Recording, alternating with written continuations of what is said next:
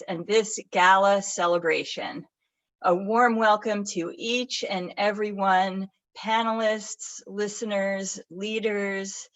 I'm Chaplain Eleanor Pease in Alexandria, Virginia, and I'm a board member of this organization. And so we begin by lighting the flaming chalice that brings Unitarian Universalists together for worship. Let it represent the flame of truth in the cup of love. Let us also acknowledge the land I am on right now is the ancestral land of the Piscataway people. I invite you now to call to mind the names of the ancestral peoples whose lands you live upon. And let us begin by giving thanks for one another, for all who are gathered and those whose lives touch ours, those above, those below, those who have gone before us, and those who will come after. We give thanks for what we know and for what we do not know. We give thanks for what is hidden from us and beyond us, as well as what we can see. Here's one story like that. During the 1968 Summer Olympics, a gold medal winning athlete named Tommy Smith was one of two who raised their fists in a Black Power salute on the victory stand during the United States national anthem. It was, even among the many protests and tragedies of that time, it was a startling moment.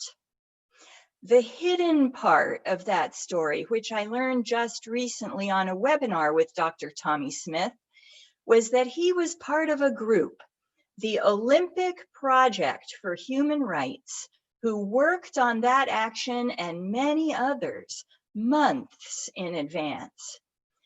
Dr. Smith told us in that moment they had just one purpose: to express complete and total love of all humanity, the desire for the flourishing of all people. So as we move forward today, let us follow that example. Let us prepare our actions powerfully without compromise to show our love and our desire for the flourishing of all people. Now let us celebrate and learn and imagine our next steps together.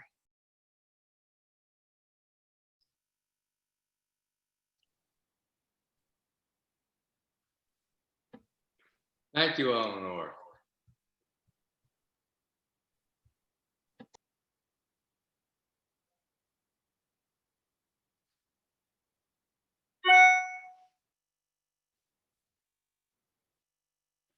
Thank you, Eleanor.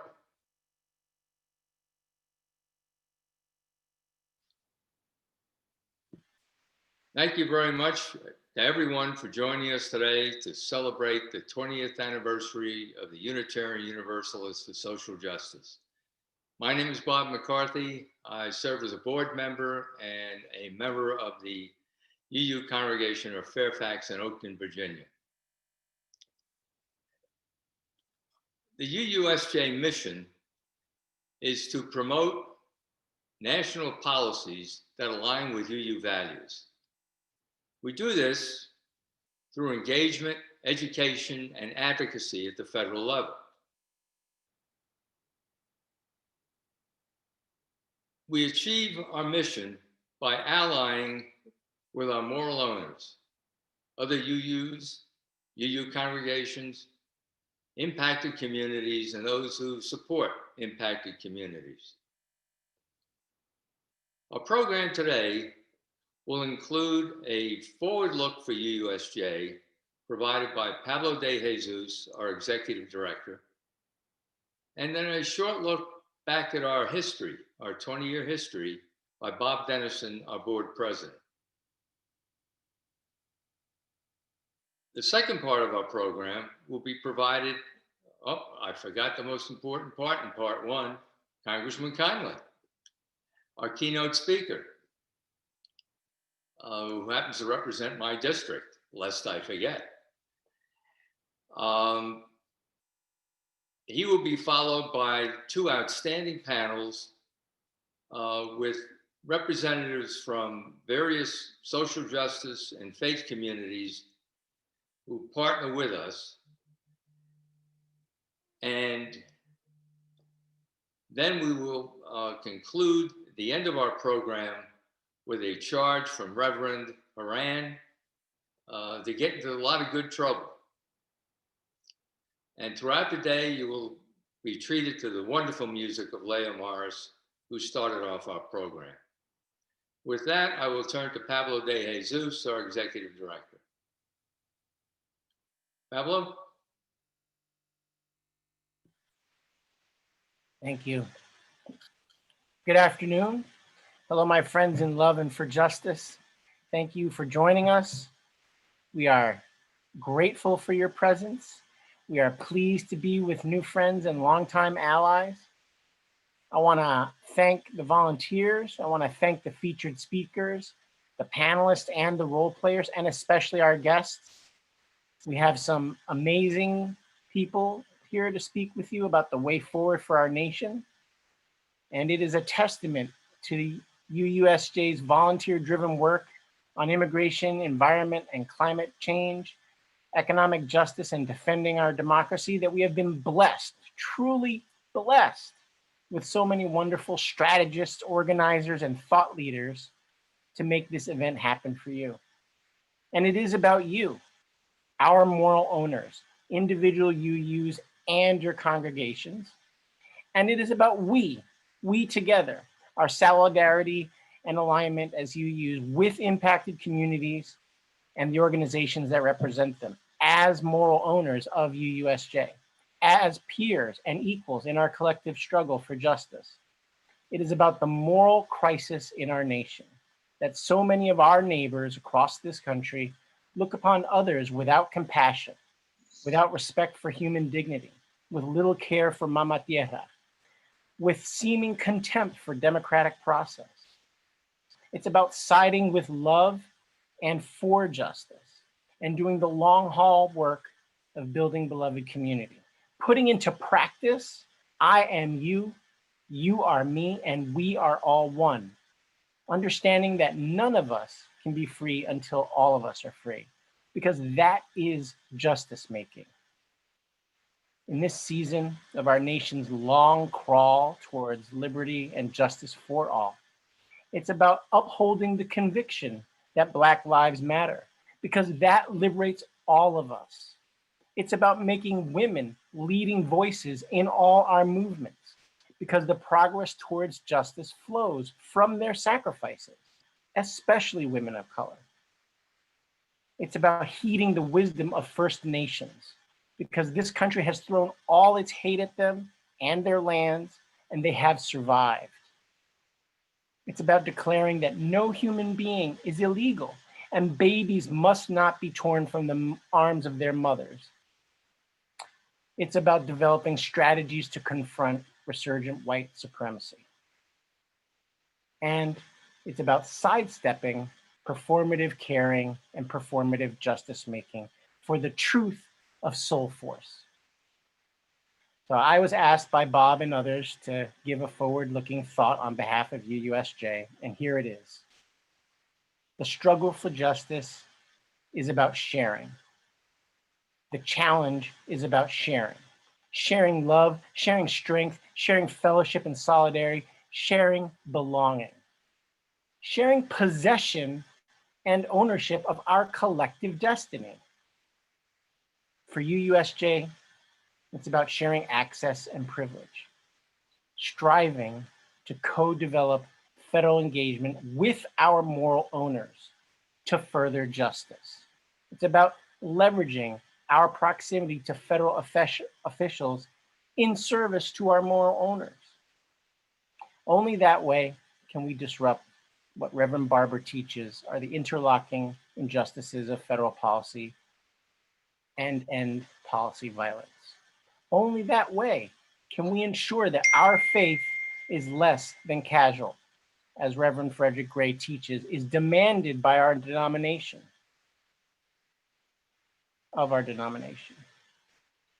For me, for us, I heed the words of my ancestors in the struggle for justice.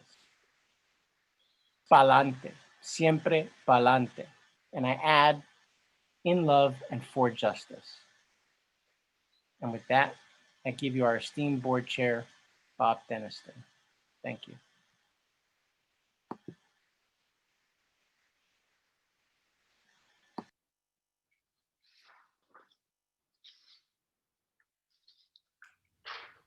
Hello, I'm Bob Deniston, Board Chair of UUs for Social Justice. It's my privilege to provide you with a brief history of UUSJ in both words and pictures. During the 1980s, most UU Washington, D.C. area congregations worked together to launch and support the UU Affordable Housing Corporation, in later years called the Open Door Housing Fund. In 1998, Jack Edmondson, the executive director and member of the River Road congregation, asked Reverend John Burens, president of the UUA Association, to explore how the various Washington-based UU entities might cooperate more effectively through a coalition, possibly an urban ministry similar to the historic urban ministry in Boston. After exploratory discussions, Reverend Burens embraced the idea and funded a UU consultant, Bob Johnson, to develop the vision. After conducting over 30 one-on-one meetings with ministers and UU leaders, in April 1999, Bob convened an organizing meeting to choose among 3 options that summarized what he had heard from his interviews. Participants decided to support the big vision option, that the interests of both the urban-based organizations and congregations, joined with the suburban congregations, would be best served through technical assistance, networking, education, and training. The Reverend Roger Fritz, then senior minister at Cedar Lane Church, convened the first planning committee in July 1999 to start to implement this decision. Many of those members became the founders and early board members of UUSJ. In February of 2000, Reverend Buren spoke at the kickoff of UUSJ, and UUSJ was officially incorporated in April 2000. A part-time executive director, Vanessa Eaton, was soon hired and programming began right away. UUSJ provided educational programs and disseminated best practices at a series of skills building workshops. Over the years, UUSJ moved from having a single issue focus to multiple issue priorities each year. The theme of the annual skills building workshops was Feeding the Flame of Justice. Local public education was the first issue priority, followed in 2003 by the needs of children and families. A comprehensive educational networking directory featuring congregational best practices was developed in response to a needs assessment. Marian Wright Edelman, founder of the Children's Defense Fund, gave the keynote address on UUSJ's second celebration of Leadership Day. Since that time, UUSJ has been active in many ways to implement the big vision. UUSJ has, among other things, conducted nearly 80 programs, including workshops on our priorities, including freedom to marry, LGBTQ rights, women's issues, climate change, immigration and economic justice, dark money in politics, and voter mobilization. We've hosted large energizing events with inspirational national leaders, such as former UUA President Reverend Bill Singford, Common Cause President Bob Edgar, and Representative Jamie Raskin. We've co-sponsored with our partners at UUs for a Just Economic Community 2 national conferences on reversing economic inequality in 2017 and mobilizing for a Green New Deal in 2019, each with a lobby day. We've established our awards gala banquets in 2008 to recognize outstanding social justice efforts. The gala proceeds support the UUSJ Social Justice Grant Program. In 2013, we made a major shift from educating about advocacy to actually becoming advocates. To bring critical issues to the attention of public policymakers, we considered our strategic location in the capital region and the fact that we have the highest concentration of UUs in the country, many with significant public policy experience who were willing to step up to advocate for UU principles. In 2017, the board voted to go national we launched our volunteer Capitol Hill Advocacy Corps on Valentine's Day 2017. Since then, we have conducted more than 500 scheduled meetings with congressional staff and occasionally with members of Congress. And we've delivered nearly 11,000 personal letters written by UUs across the country through our signature Right Here, Right Now nationwide letter writing campaign. No brief summary of UUSJ history is possible without thanking the many people who have been involved with and supportive of UUSJ over the past 2 decades. You have made this work possible, and for that we thank you as we begin this, our 3rd decade of social justice activism. Please join us. We shall be known by the company we keep as the ones who circle round to tend these fires. We shall be known as the ones who sow and reap the seeds of change alive from deep within the earth. It is time now. It is time now that we thrive. It is time we lead ourselves back to the well. It is time now, and what a time to be alive. In this great turning we shall learn to lead in love. In this great turning we shall learn to lead in love. We shall be known by the company we keep as the ones who circle round to tend these fires. We shall be known as the ones who sow and reap the seeds of change alive from deep within the earth. It is time now. It is time now that all thrive. It is time we lead ourselves back to the well. It is time now, and what a time to be alive. In this great turning we shall learn to lead in love. In this great turning we shall learn to lead in love. In this great turning we shall learn to lead as love.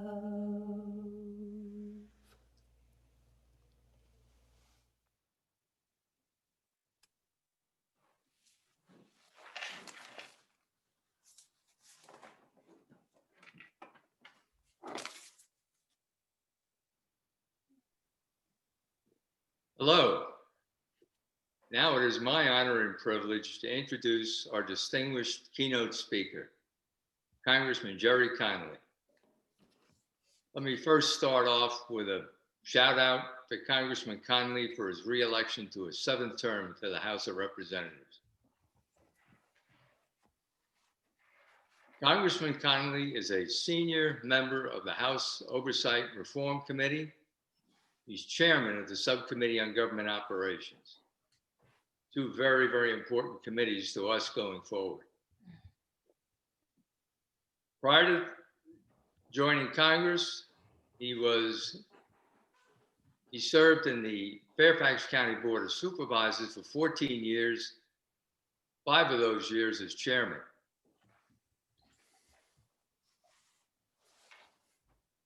At the conclusion of Congressman Connolly's remarks, he has graciously agreed to accept some questions from us. As time permits, we'll take those from the chat room. So if you have a question, put it in the chat room and we'll pass along to Congressman Connolly. With that, let me turn it over to our distinguished guest. Congressman Connolly, welcome. Thank you, Bob. Can you hear me? I can definitely hear you. Terrific. Well, thank you. And thanks for everyone. Well, first of all, thank you to the Unitarian Universalist Social Justice Ministry. You're a model for how to live your values. And in my own spiritual background, I think that's what ought to define people of conscience. Not what you say necessarily, not even what you believe, but how you act. I come from a progressive Roman Catholic tradition. I'm a Vatican II kind of Catholic. I'm a pro-choice Catholic. I'm a pro-LGBTQ rights Catholic. And I have always been. And, the social justice doctrine of the Catholic Church is something that motivates me every day. Making the world a little bit better than you found it, lifting up those who need lifting up, a sense of commitment to a broader population, your community. It isn't just about you. I believe that there's a lot of commonality with the Unitarian Universalist commitment to social justice and the more progressive Catholic commitment to social justice as well. I was asked to address a number of things, and the first is defending democracy. We are in the midst, witnessing in front of our eyes, an attempt by the President of the United States in his waning days in office to subvert the freely expressed will of the American people. It's the first time in our 231-year history we have witnessed something like that. And shamefully, 126 members of the House Republican caucus signed on to an amicus brief filed by the Texas Attorney General that called for overturning the election in 4 battleground states, and only 4, Pennsylvania, Michigan, Wisconsin, and Arizona. And that is, to me, a direct attempt to subvert the election. This is no longer the president sort of acting out his sense of denial. And I think all of us, it ought to have a chilling effect. And it, I hope, also ought to be an exhortation to a call to arms, metaphorically, by those of us committed to democracy, that we're not going to stand for that. Nobody gets to ignore or subvert the will of the voters. That is what is the most sacred part of being in our constitutional form of government represents. I was glad the Supreme Court threw out the case yesterday, but we're going to have to be ever vigilant about our rights and about the rights of our fellow countrymen. So it's a very difficult period of time, and it's really testing the durability of the checks and balances James Madison helped write into the Constitution. And I think we're passing that test, but not as robustly as I would like.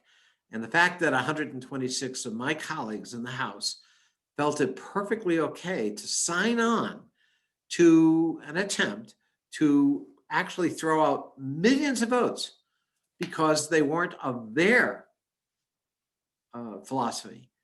They weren't in support of their candidate is a direct dagger thrust to the very heart of what our democratic system of government is all about. So we need to be on guard, and we need to be vociferous in defending our own constitutional democratic form of government.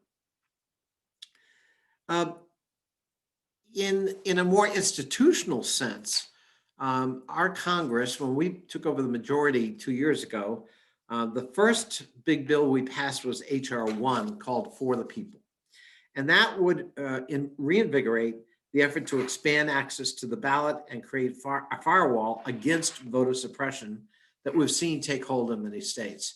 Remember that sadly, when my friends on the other side of the aisle took over state governments, Pennsylvania, Michigan, Wisconsin, what did they do? They made it harder to vote. They purged voting rolls by millions of voters, rather arbitrarily. If you didn't vote in the last election, you were purged. They made it harder to register to vote. They adopted very strict voter ID laws. They limited the amount of time somebody could vote early. They made it harder to vote early. In some cases, they all but eliminated mail-in ballots or early in-person absentee voting. So HR 1 would reverse all of that. It would allow for automatic voter registration, same day and online registration. It would protect and make much more difficult the purging of voters from voter rolls. It would expand voting by mail. And we saw the potency of that, on November 3rd. We had the largest turnout for an American presidential election since 1900, over 120 years. It was an amazing thing to see, and what propelled it was the fact that people could vote early. They could vote by mail, or they could go in person and vote early. And we saw an enormous expansion of the electorate. And ironically, my friends on the other side of the aisle who want to restrain that benefited from it. Because although Joe Biden and Kamala Harris won the presidency and the vice presidency, Republicans actually did very well in congressional races, Senate races, and state legislative races. So they benefited from the expansion of the electorate. The idea that it only benefits one party, not the other, is false. And the evidence is as recent as November 3rd. We would restore the Voting Rights Act. You may recall the Supreme Court struck down part of the Voting Rights Act. And by the way, within 1 week of striking down Section 5 of the Voting Rights Act, saying that it was obsolete, we don't need it anymore. The fact that people of color are being elected proves that. That was John Roberts, this chief of the Supreme Court. Within 1 week, a number of those same states started to adopt voter suppression measures. So the fact that we don't need that protection is simply false and documented rather widely. We would, of course, restore voting rights to ex-felons, and we would institute nationwide early voting practices. So there'd be a uniform standard, at least for federal elections, to give a large window of people to be able to vote early, and it would be consistent. That's part of the problem with American elections. We don't have consistency. So every state and often every county has different rules, very confusing to voters. And by design or not, certainly has the impact of depressing votes, discouraging voters from, in fact, exercising their sacred franchise. So I'd like to try to make sure that HR 1 ultimately becomes the law of the land and is signed into law by President Biden in this next Congress. I think it would be revolutionary in terms of protecting voters' rights, expanding voters' rights, and ending suppressive tactics that actually really impede on the constitutional rights of all Americans to exercise that right. The environment. Today is the 5th anniversary of the signing of the Paris Climate Accords.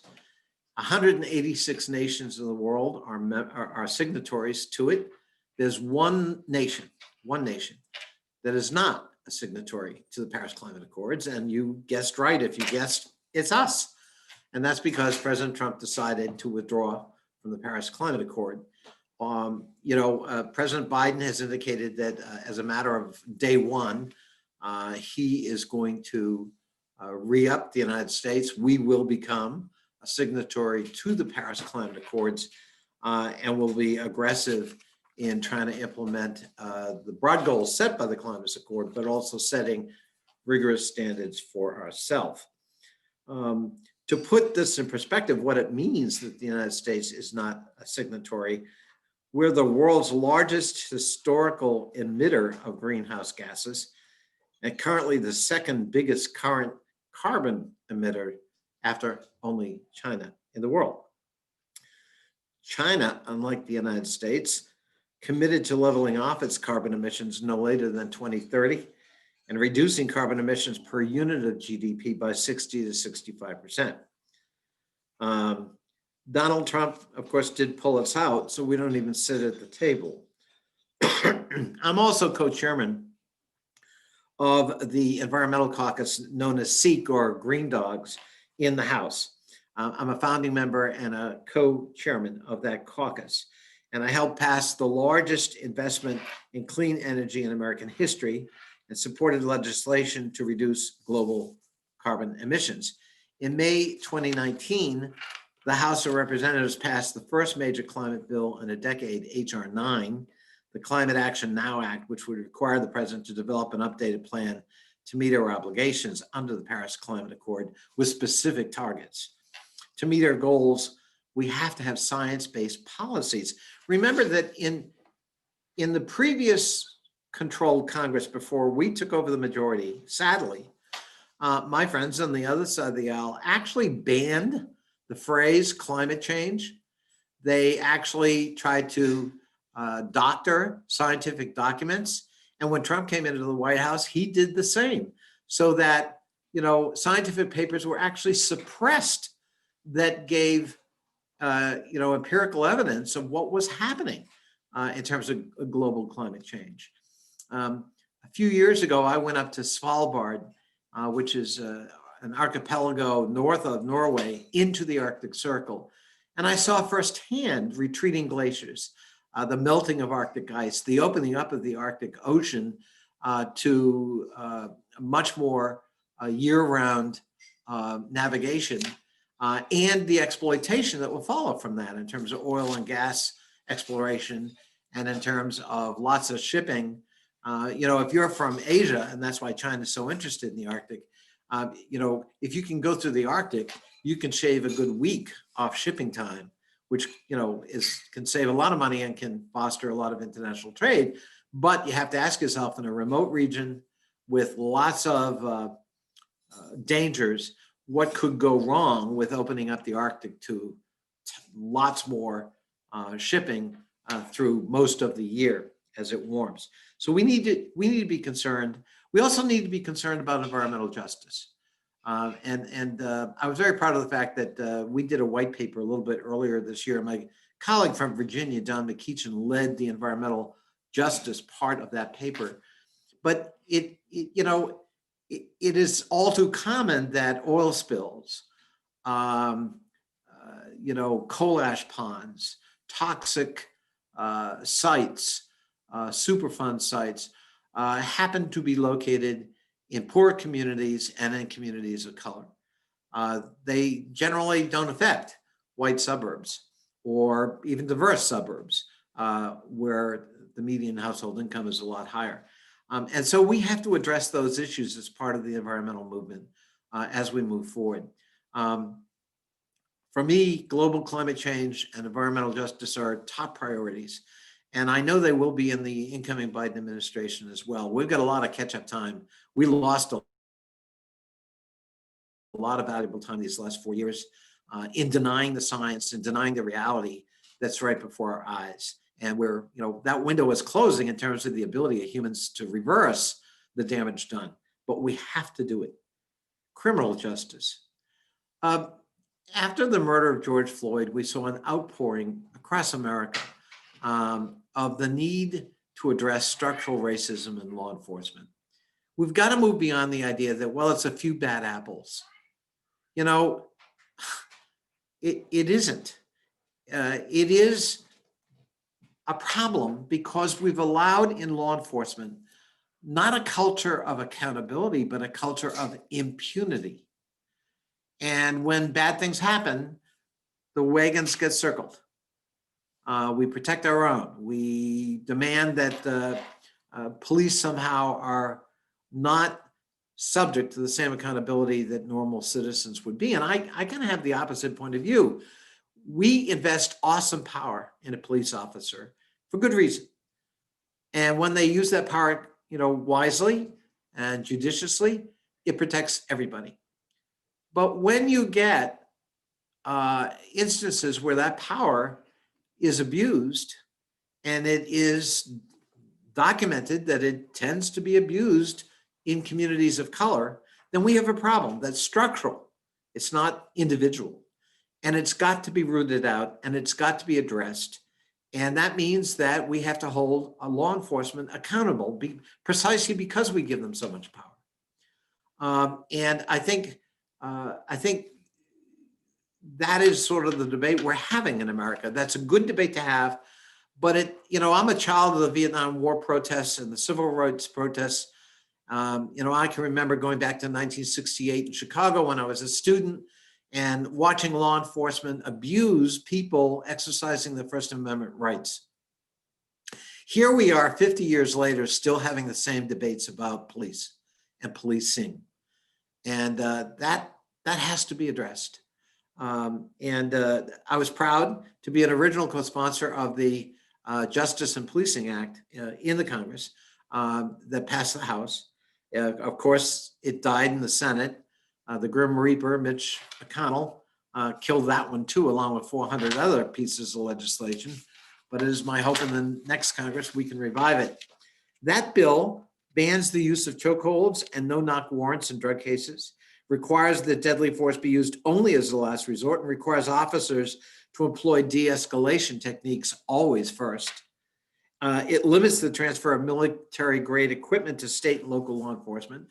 It requires federal law enforcement to wear body cameras and the use of dashboard cameras, so we document police activity.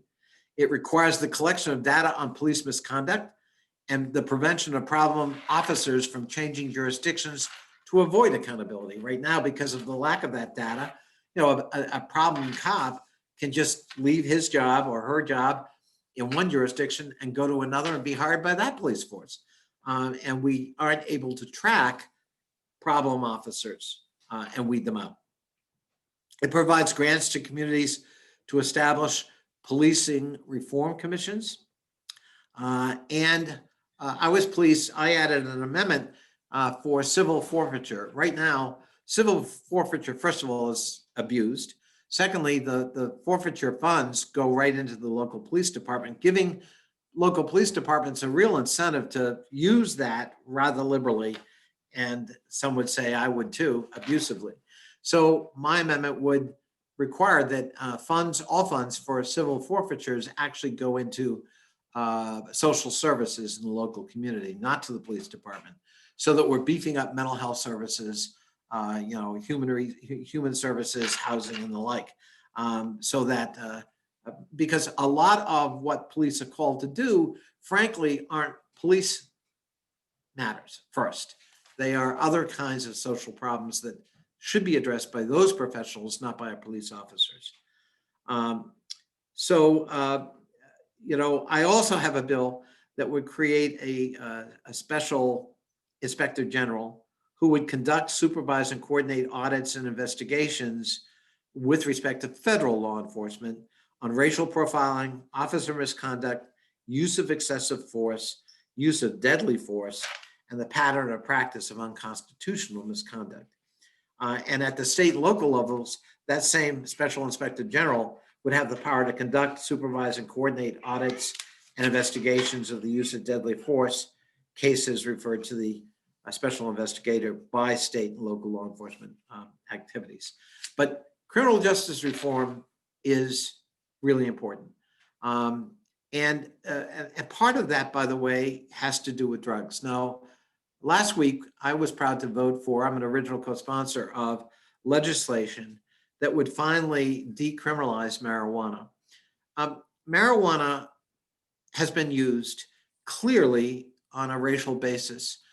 We know, going back to Richard Nixon, that from an Oval Office tape recording where he explicitly said, let's make marijuana a class 1 drug because it mostly only affects communities of color. I think he used a different way to describe that.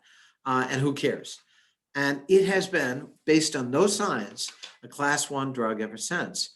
It has disrupted lives. Millions of people have been arrested and incarcerated for small possession. And if you're Black in Virginia, for example, you are almost 4 times likely to be arrested for marijuana possession than a white person. So the racial disparities continue right to this day. And the classification of marijuana had its roots 50 years ago in racism, explicitly stated by the President of the United States at that time, Richard Nixon. And so it's time to really address that. and to try to expunge records of millions of Americans who were convicted of small possession. In fact, something like 88% of the people who of color who were convicted of possession, it was small possession. We can restore lives and try to return to some sanity in terms of drug policy in the United States. And I think that's why marijuana decriminalization particularly is so important in the context of criminal justice reform. Economic disparities. To be blunt, we can have maybe the best criminal justice system in the world, but not a lot's going to change unless we also look at the economic disparities that still characterize America. And we got to remember the history, right?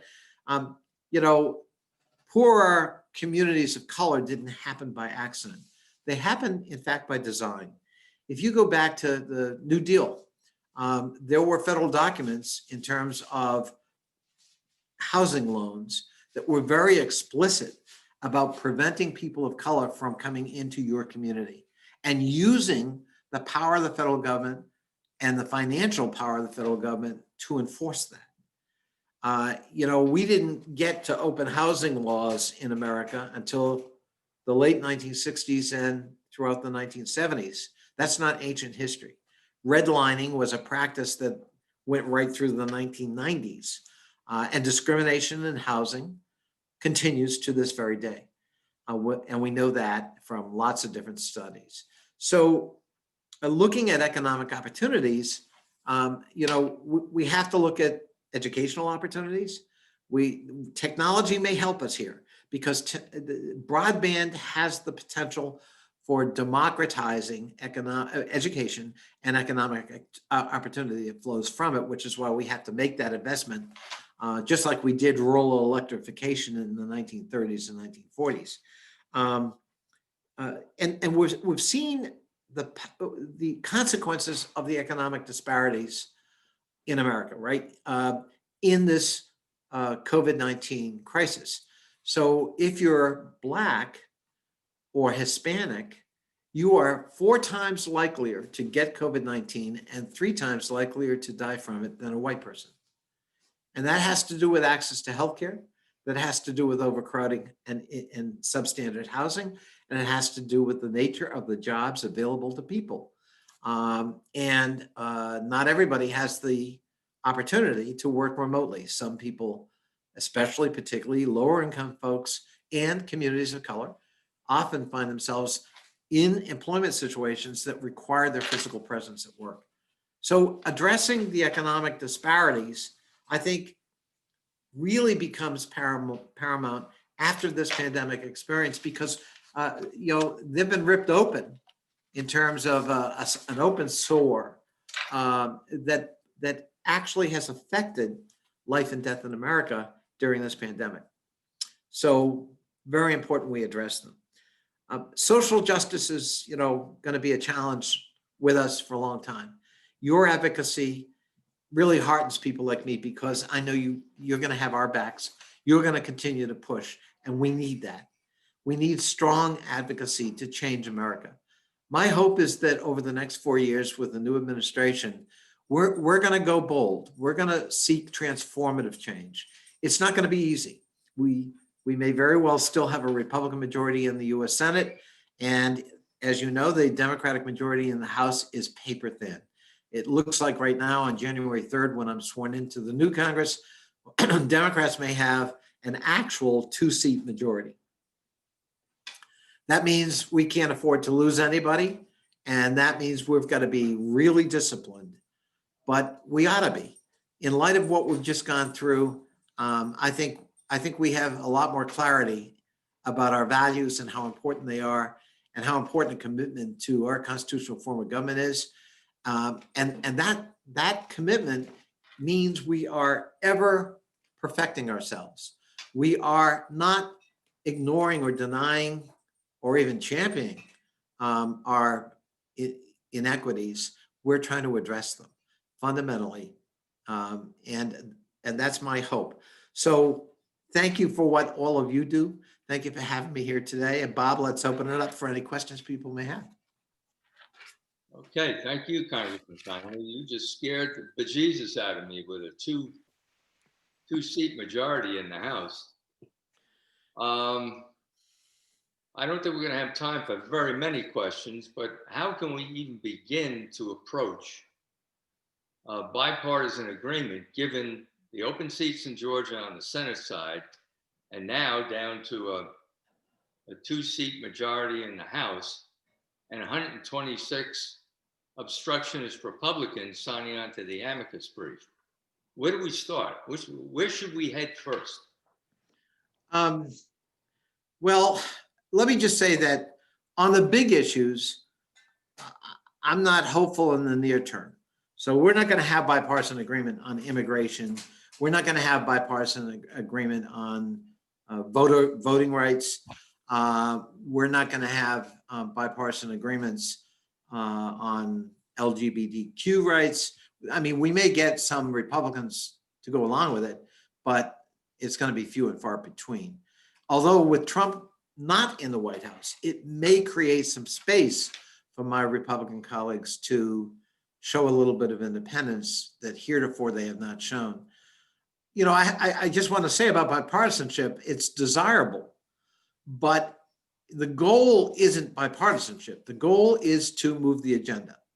And if we can do that with, across the aisle cooperation, that's wonderful. But if we have to do it by, slogging it through with a thin majority or a thin coalition of support, then we need to do that too. We cannot sacrifice the agenda at the altar of bipartisanship. I know you weren't suggesting that, but there are people who talk about it as if bipartisanship were the ultimate goal. It's a means to an end. It's not the goal itself. Very good. Very good. Well, I think maybe we have time for one more. Let me go up to the chat.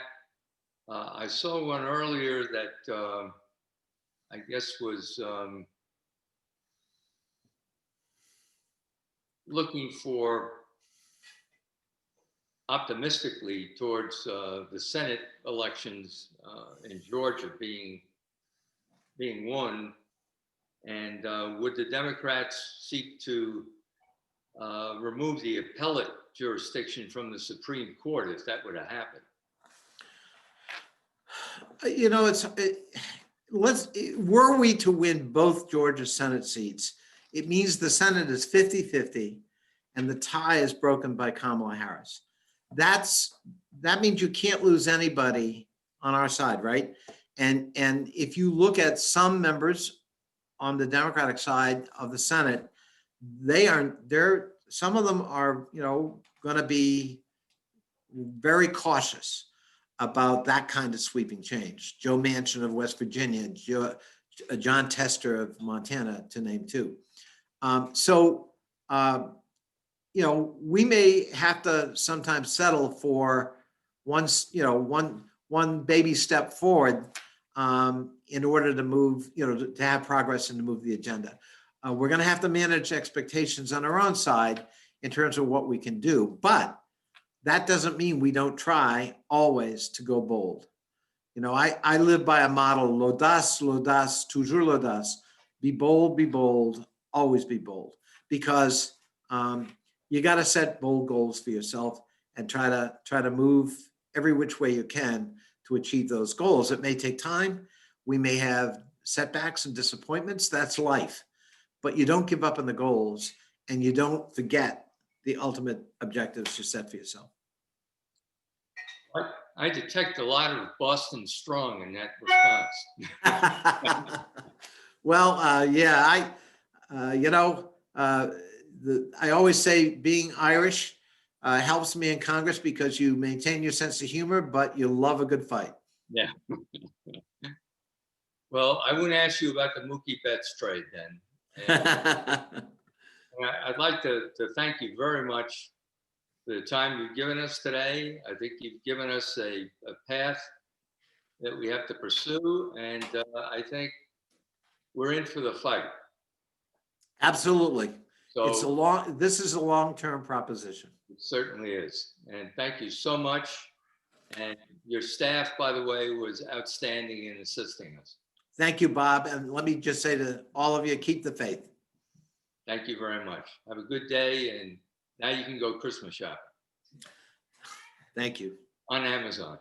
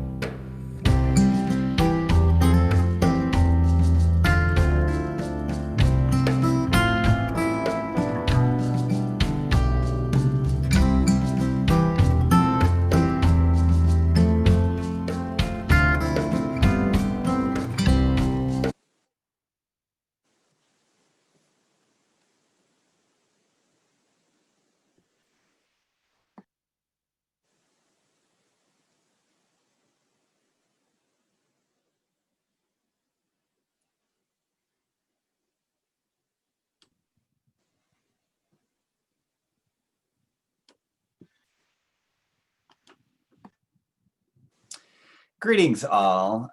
Reverend Rob Keithan here. I'm the Minister of Social Justice at All Souls Church Unitarian, and I'm honored to be here celebrating UUSJ's 20th anniversary, both because All Souls is a very recent and active partner with UUSJ, but also because I was a young lad in 1999 when I started in the Unitarian Universalist Association's Washington office and was around for the founding of UUSJ and served on the executive committee on behalf of the UA for a while. And so it's one of my favorite poems talks about history of desire, that the way history works and that time works is that we hold still until we bump into ourselves.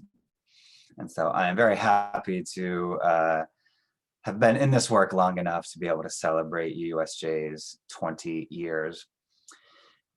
And I'll say that one of the things that I learned while working for the Washington office, and I continue to learn again and again, is that it really matters that we have chosen to do this work as spiritual work, that we are doing justice in this venue with each other through UUs for Social Justice, through our collaborations as Unitarian Universalists who have a shared faith commitment. And so it means that, yes, we want to accomplish justice goals, but that we also need to nurture ourselves, that we need to build relationships. Because ultimately, if we accomplish a goal, but we haven't learned anything, and we haven't built relationships, or at worst, we've fractured relationships, then we have not truly moved ourselves towards the justice we seek. And that the Black Lives Matter movement, the movement of Black Lives UU and other folks within Unitarian Universalism have highlighted for us how much we need to do, how much more we can do, and what we need to do to ensure that the means of which we use reflect the ends, that we're not just trying to create a beloved community, that we are working towards embodying the commitment to beloved community, and that centering the voices from the margins is part of that, and adapting how we work is part of that. And that is the new challenge that we are all facing as the Unitarian Universalist community, and that I think UUSJ is poised to help be a part of. Because if this last year has shown us anything through UU the Vote, it's that when we work together, it makes a difference. It makes a huge difference. And so there's a lot of room to grow. And I am honored that UUSJ has been around for 20 years. I am grateful, and I look forward to more of it. And I invite you now, as a moment of centering, to just find a comfortable place for your body. Plant your feet or your butt, plant some part of your body firmly as grounding. And I want you to hear these words written by Reverend Julia Hamilton. At the time they were written, she was the executive director of the Legislative Ministry of New Jersey, and they had just suffered a legislative defeat. A marriage equality bill that they had been working for was voted down in the Senate. And she wrote these words, which come back to me again and again about the challenges we face and the commitments that we have made. And so for our centering, I want you to reflect and hear these words. It is not easy, this road to justice. But then again, easy is not what we were promised. In fact, we were not promised anything. We are the ones who have made promises, a covenant with one another that we will not give up, that we will be here for as long as it takes. It is a commitment that I do not take lightly.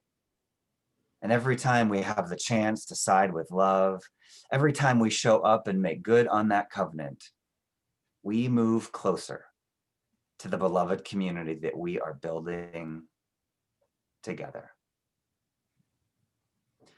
So friends, let's keep showing up and making good on that covenant that we have made with one another. Amen.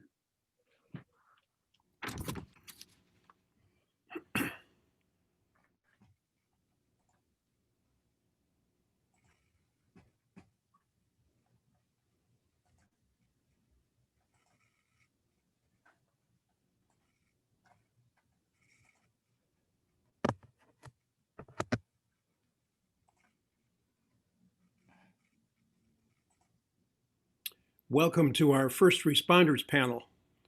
We have about 20 minutes for a session of discussion here featuring 6 individuals, leaders in their respective UU organizations. 20 minutes means about 2 minutes each to start off with. So panelists, after about 2 minutes, you'll hear a ping. You should wrap up then, and then we expect to have a couple more minutes afterwards to reflect on one another's comments. So since the bios and names and organizations information are all in the program booklet, I won't read those. So what we'll do is go with this series. We will go with beginning with Adam Wasserman, UUs for a Just Economic Community, Katja Hansen, UU Rise, Josh Leach, UU Service Community, then Everett Thompson, Side with Love, Laura Wagner, Coalition of UU State Action Networks, Doris Marlin, UU Ministry for Earth. So again, about 2 minutes to start off with for each of our 6 panelists. You'll hear a ping. Then with time remaining, we will come back and talk a little bit more about some of these critical issues that the Congressman has spoken to. So let's get underway. Let's begin with Adam Wasserman. Hi, everybody. Can everybody hear me? Just want to make sure. Good. So first I want to say I'm speaking to you from Santa Fe, New Mexico. So I send you greetings from the UU congregation of Santa Fe and other UUs out here in the West. I will say until 2 years ago, though, I lived in Northern Virginia, in Vienna, and I was very happy to work closely with UUSJ for many years and participate in their work. So it gives me a lot of pleasure to be back here speaking to this community. So just one thing, I'll tell you one takeaway from what we heard from Congressman Connolly is that this is no time to take our foot off the pedal. This is no time to relax, much as we might like to. Things are going to be very close on the political scene in terms of getting things done. So our work and our efforts are as important as ever, if not more so. So let me say a few words about UUs for a Just Economic Community. I'm a board member. This is a national network of UUs that work on economic justice issues. And the UUSJ asked us to think about our questions of accountability. And that's an interesting perspective. And there's sort of 2 sides to this for our organization. There's who do we hold accountable and who are we accountable to? So if I say who do we hold accountable, we look to people in positions of authority who might have impact on economic justice for better or worse, elected officials, government officials, members of the business community, thought leaders who we want to influence to try to do the right thing or to do more or not do the wrong thing. And we do that through partly by working with UUSJ. As Bob mentioned, we have had a practice of holding conferences. We've held 2 of them now in Washington on key issues of inequality and healthcare. We held one last year on the Green New Deal. And these culminated in going up to the Hill in coordination with UUSJ to sort of deliver messages directly to members of Congress. And we have focused issues that we try to do this on. Climate justice is one, healthcare is another that we've worked on intensely for the past several years. We also are accountable to our fellow UUs. I mean, we're a UU organization, or we are hold accountable our fellow UUs and our congregations and the UUA. We work with at GA. We regularly introduce AIWs. We introduced one this year on the economic aspects of the COVID crisis. We had a workshop on reparations, which we hope to reprise in the coming year. And just briefly, we are accountable to our fellow UUs, and we ground our work in our moral and spiritual values. And last but not least, we are accountable to those who are the victims of economic injustice, frontline communities, communities of color, the working class of America. And we want to make sure that in our UU work on all of the other interconnected justice issues, that these questions of economic equality and economic justice are kept front and center. So I'll stop with that. Thank you, Adam. Sounds like a 360-degree level or type of accountability. So I think that's a good way to think about it. Okay, thank you, Adam. Now let's move on to Katja Hansen from UU Rise. Are you there? I am. Good afternoon, or it's afternoon here. My name is Katja Hansen, and I proudly serve as the president and CEO of URISE, UU Refugee and Immigrant Services and Education.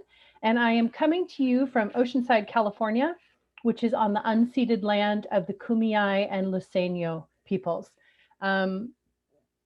Like UUJEC, we recognize that our role is to hold people accountable as well as to be accountable.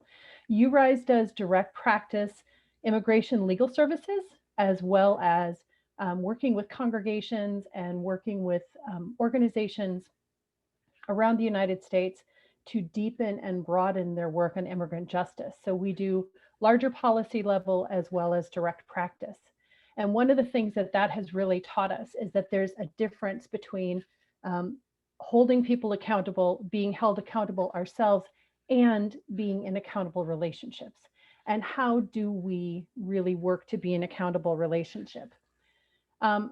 Just speaking of in the sense of immigration, I think that it's really important to recognize that as we are holding electeds and appointed and hired leaders accountable, we have to know where that accountability is coming from.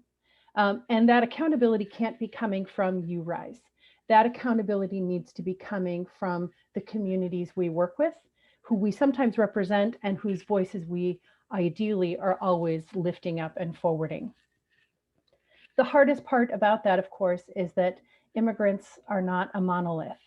And when we're looking at legislation, there's often immigrants who are in favor of one form of legislation and immigrants who are opposed to that same bit of legislation. So how do we develop an understanding of accountability? And for us, it's through relationship building. It is by sitting and recognizing that sometimes we have to go with we have to take the path that the majority of our constituents are hoping for. Sometimes we're working on a path that is kind of evenly split, but we're working with those communities where we have relationship. Our job is not, and never has been, to speak for the voiceless. Our job is to pass the mic when we have it. And our job is to make sure that voices are lifted, and those who haven't been listening to the impacted communities have an opportunity to hear those voices. I really appreciate the fact that Representative Connolly is trying to look at the broader spectrum of accountability. And I'm really hopeful that all of our partners here are doing the same work, where we're looking at not only how do we hold accountable, but how do we hold ourselves accountable, and where does that accountability come from? So I think that's about my time, but I didn't hear the bell. So Thank you, Kasia. And I think in particular, thanks for calling our attention to the fact that immigrant groups are not monolithic. And I think it really calls for us to engage in a deeper understanding of our moral owners. And sometimes there are conflicts, but we need to have a better understanding so we don't appear to be representing groups that we really cannot do for lack of full understanding and our own accountability. So thank you, Kasia.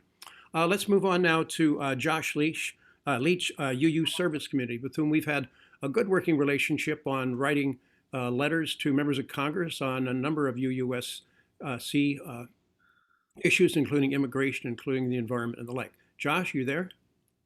Thank you so much, Bob. It's really a pleasure to be here. Thank you for all the inspiring words we've heard today. It's really an honor to follow our colleague Katya at URISE, because this shared work for migrant justice and refugee solidarity is also very near and dear to UUSC's mission. So the Unitarian Universalist Service Committee, where I'm currently working as a policy analyst, is a human rights organization that's inspired by UU values. And issues of migration and refugee rights specifically have been central to our work since our founding. As folks may know, we were originally started in 1939 as a UU effort to aid Jewish refugees and political dissidents who were escaping from Nazi-occupied Europe. And today we continue to partner with people around the globe who've been displaced from their homes. So as refugee advocates, we're definitely excited about what Congress may be able to achieve in the coming term. And I'm very appreciative of Representative Connolly for sharing some insight into the legislative agenda ahead. And we're also grateful for the commitments we've heard from the incoming executive branch. Both President-elect Biden and Vice President-elect Harris have told us that they intend to restore refugee and asylum in this country, which have been decimated by the policies of the outgoing administration.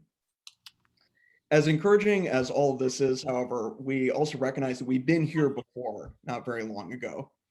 The Obama administration made many pledges on immigration and human rights and fulfilled many of them, but they also fell woefully short in certain regards, reopening family detention centers, deterring people from seeking refuge, and outsourcing the dirty work of blocking asylum seekers to regional neighbors.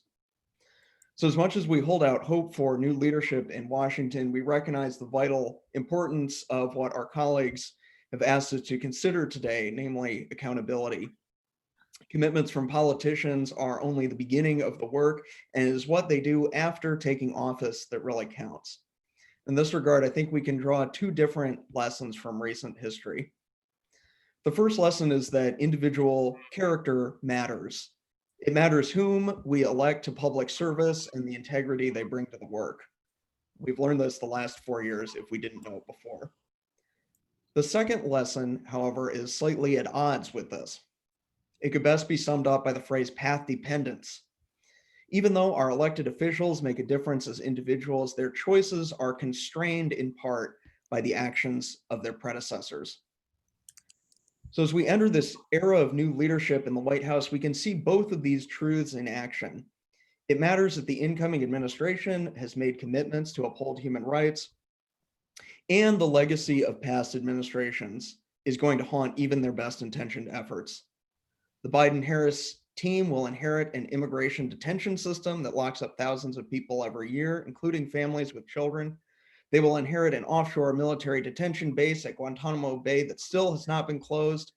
And they will inherit a massive humanitarian crisis at our borders caused by the Trump administration's decision to grind our asylum system to a halt. Overcoming these challenges is going to require more than just goodwill. It's going to require overcoming path dependency. But as we just said a minute ago, individual will and path dependency pull in different directions, constraining each other. And so what's left to break the stalemate? And I think the answer is clear, that it's all of us here on this call, all of us working together as people fighting for justice. By forming a constituency for human rights, we can provide that needed counterweight to break the inertial force of the status quo. I believe that's all my time, so I will wrap it up there. Thank you, Josh. Your comments bring to mind one of the things that the congressman said about having their backs. And while we think of accountability to hold our elected officials accountable, sometimes having their backs, that is supporting them in ways, whether it's generating letters or whether it is making sure that our values and voices are elevated in their offices so they know where we stand. I think that's an important part, and I hope we have a chance later to talk more about that, because it kind of works two ways. So thank you, Josh. Now let's move on to Everett Thompson, who runs Side with Love. Everett, are you there? I am here, and Fantastic. I don't run Side with Love. Y'all run Side with Love, and I get the opportunity to facilitate the conversation internally, but also externally. And my main role is to make sure that our principles and values of UUism is being seen in the way that we act, in the way that we practice, in the way that we have relationships with one another, and also with the community writ large. So I just want to say thank y'all to UUSJ for making this an opportunity for Side with Love to side with you and to celebrate you, because y'all are a part of us and I am a part of you as well. I'm also love all y'all, inclusive y'all. So I just want to say that I'm from, of course, I'm from the South, and I'm actually here on Muskogee Cree territory. So just want to uplift the continual fight, but also the continual thriving of our people. A couple of things I just want to hit on real quickly. Katia was really great at talking about the immigrant community not being a monolith. UUs are not a monolith. And so within our body, we also have folks who are on the margins. We also have folks who are immigrant identified, or who are LGBT identified, who are underemployed, who are all these things, who are Black, brown. And so when we're thinking about who are we fighting for, we're actually fighting with and for the higher ideals of what it means to have inherent dignity and worth.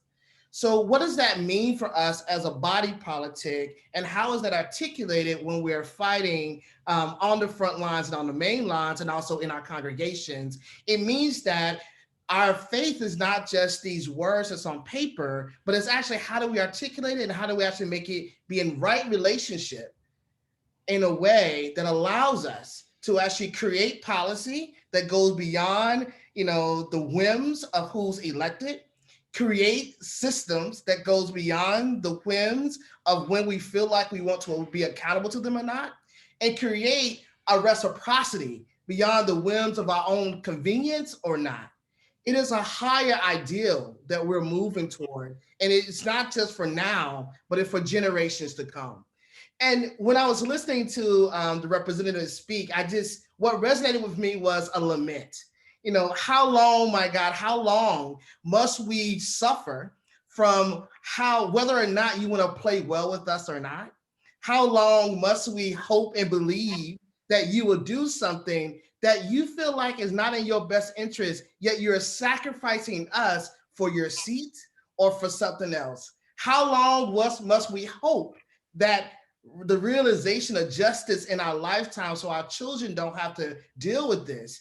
Do we have to concede when we know, how do we concede, but also have to actually say the characteristics of the win has all the characteristics of the loss? So I just want us to really think about, what are we really asking? And what are we really moving on? And what are we really going forward? I still got a couple of minutes. The last piece I want to say is, I actually have a prayer for us to gird ourselves and to really think about that our work is not just, our work is the work of our internal pieces and external pieces. Our work is also this piece of, how do we really understand our proximity to make pressure, our proximity to change not just the external ecosystem, but the internal and our own relationship system, which means there's some work that has to happen as a full thread so that like our biases that show up everywhere else and that we only think shows up when Trump is in office. Trump is a manifestation of what has always been here.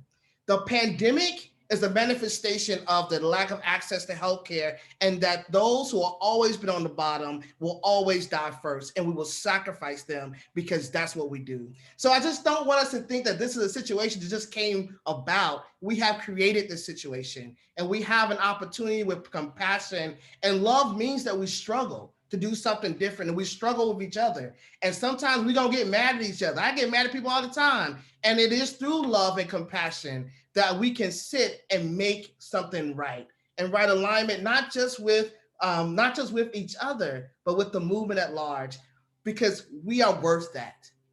All of us are worth that. So thank y'all. I look forward to all the ways that we play together. May God continue to bless you and keep you through all our days.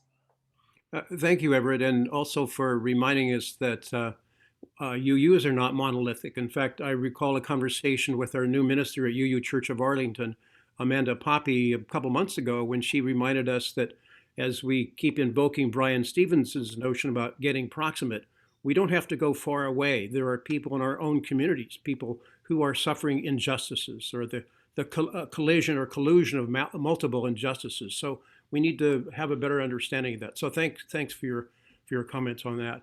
Let's now move to Laura Wagner, head of KUSAN. Laura? Excellent, thank you. So happy to be following Everett. Love you. So KUSAN is the Coalition of State Action Networks. We have about 24, and I'm just, coming up with just the ideas are flowing, listening to everybody today. There's so much, I think, it's sort of a microcosm of what happens in our congregations, where sometimes we get too insular and we decide we want to figure out what the problem is, what the solution is, and kind of work in our own way. And state action networks were born from, okay, we don't have any power. When we do that, we have to actually work together to build power. And when I think about how we hold and legislators accountable, we're building power. So they need to be nervous. Oh, if the UUs show up, I better do what I said I was going to do. And we only do that by getting connected, getting organized, and really understanding power dynamics and how this works, and being side by side, like Everett said, with the people who have already been fighting and suffering the most for generations, and centering those voices in the center of what we're doing. And I think we were starting to get some traction on a state action network level with, we built some beautiful connections around immigrant accompaniment networks. I think we were starting to get some traction on ending cash bail. But at the beginning, it was kind of like hard to say, well, Massachusetts isn't Arizona, isn't Texas. How do we do stuff together? It was like hard to figure it out a little bit. But then I think UU the Vote really broke through for what does that look like to do this? And hey, it helps to a little like integrated support from the top down to the grassroots, guys, and a little bit of money to back that up, and commitment. And like, I'm so done with resolutions. We need to show up with our bodies and our actions. And I'm, no more writing down what we think is right. We need to do it and show up. And if we're there with our partners, we're not there questioning, oh, I think you should do it this way. And is this really what the problem? No. The people in the front line is saying, we need you to show up, we need you to do this. And our job is to get organized, educate ourselves, and show up and say, okay, we're here. And it was just so beautiful seeing that through UU the Vote. And we're going to keep it going through Georgia. And I'm thinking, man, we have to do that. What would that look like on ending solitary? I'm hearing, the police, obviously, front and center. Use of deadly force, things like qualified immunity, but it happens every day in our prisons and jails, and it's not making the front page of the paper when people suffer for decades in solitary confinement and are fed food with insects in it and feces, and that never makes the news, and that happens every day, and we're all paying for that, and that has to end too. And we have to start working together. This is too hard for any one group to solve. And in Massachusetts, we've been really making progress because we're working with the national religious campaign against torture. So we have a national part of it, Unlock the Box, and we've learned so much because it's really complicated. So we're learning from other states, and it's totally transformed our campaign. And we need to figure out how to do this between state action to state and really identify these things. And like environmental justice, there are sacrificial people in places everywhere, and we have to figure out how do we stop that, and how do we stop being quiet and turning our backs and allow it to happen. And immigrant rights and things like decriminalizing marijuana, it starts to get complicated sometimes when you get down the weeds and writing legislation, or what does it look, what is actually successful, where are those pressure points? And then we don't have time for learning curves right now. We have to learn from each other and speed that up and do it together. And it's just so exciting to think about and the possibilities. And First Nation rights, I think, Massachusetts, I think, now has the dubious honor of having the most racist, horrific flag left in the country. Like, starting to see, look, when other states start getting stuff done, that's got to help get momentum in your state too, and really seeing that, the bedrock of our original sin in this country, and how do we address that? How do we see that liberation, mutual liberation, everybody's liberation would tie together? We can't do this alone. And it's so exciting to think about that. And I hope UUs have crossed that threshold and we understand what it means to build power and work together and show up, and not always have to be the loudest, smartest person in the room. How to show up and learn and listen and do sometimes what you're asked to do. So it's a very exciting time. And the partnership with UUSJ is wonderful because we are focused at a state level, but having that connection with what's happening at the federal level, I think the synergy around all this is really exciting right now. So thanks. I'm glad to be here. I'm glad to be able to be part of State Action Networks and part of the Kusan team, and just so excited to be here with all of you tonight. Thank you. Thank you, Laura. Thanks for giving us the cue about showing up, living, learning, moving on, and doing what we need to do, and modifying our stances as necessary. So thank you for that. Now our sixth panelist, Doris Marlin, representing UU Ministry for Earth. Doris. Thank you. Yes, I am a board member with UU Ministry for Earth. I am also an advocacy corps member with UUSJ and longtime member and sometimes leader of the environmental and climate justice group here in the DC area. I'm a member of All Souls Church here in Washington, DC. So UU Ministry for the Earth, part of our mission statement is practical support for bold, accountable action for climate and environmental justice. And that, of course, includes the relationships, many of which we have with the organizations here today. Within UUMFE is the Create Climate Justice networking tool to build the UU climate justice movement within our denomination and to connect to everyone else. Yes, relationships, accountability, absolutely. Another effort within UU Ministry for the Earth is Harvest the Power, where we recently had a program rethinking Thanksgiving and how our colonial roots have contributed to many of the problems of today. Appreciating what Congressman Connolly said about the Paris Climate Agreement. I want to thank him for acknowledging that. Not only has UUSJ, the UUA, UU Ministry for the Earth, and at least 20 other UU organizations have signed on to the 5th anniversary reaffirmation of the agreement, and which is now having a greater emphasis on justice, health, equity. And it's also the basis for a campaign that I lead, the Strengthen Local Climate Commitment campaign, where we hold our representatives accountable for the climate and environmental justice plan they are supposed to be implementing in local communities. And there's much more to that program. So lastly, I want to do a post-election reflection about showing up. And I did partisan work in Florida and Georgia. And I don't think I mistook the relief spoken through the body language of the people of color that I stood beside with them in very divided communities at the polls, while my white neighbors, their white neighbors, cast their votes alongside them in a very divided community. So in closing, I just want to quote John Kerry. The Paris Climate Agreement won't solve the climate crisis, but the climate crisis will not get solved without the Paris Climate Agreement. At the basis of that statement is relationships. It is the strength of our relationships that will be the only path forward with all of us working together. And lastly, to quote an American author, Claire Vane Watkins, we no longer have the luxury of future tense anymore. Thank you so much. Thank you, Doris. Those are good words, important words to close on.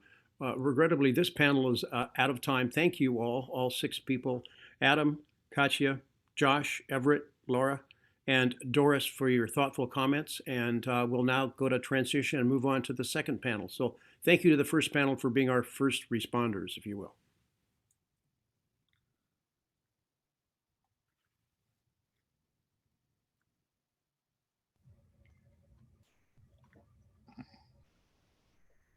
We are stronger than our pain. We are greater than our fear. We are made of each I am, and we choose where we stand. We don't you let no pain and fear drown our pain. We don't you let no pain and anger greater than our fear. We honor your pain, made of each I am. We choose where we stand. We can stand for peace and justice, stand for peace. We can stand for creating, we'll choose to stand for love. There is power in each I am. We choose where we stand.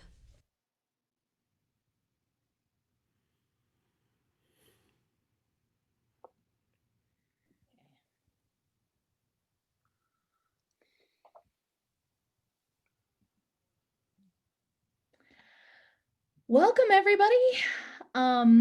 As we're assembling our second panel, I will go ahead and introduce myself.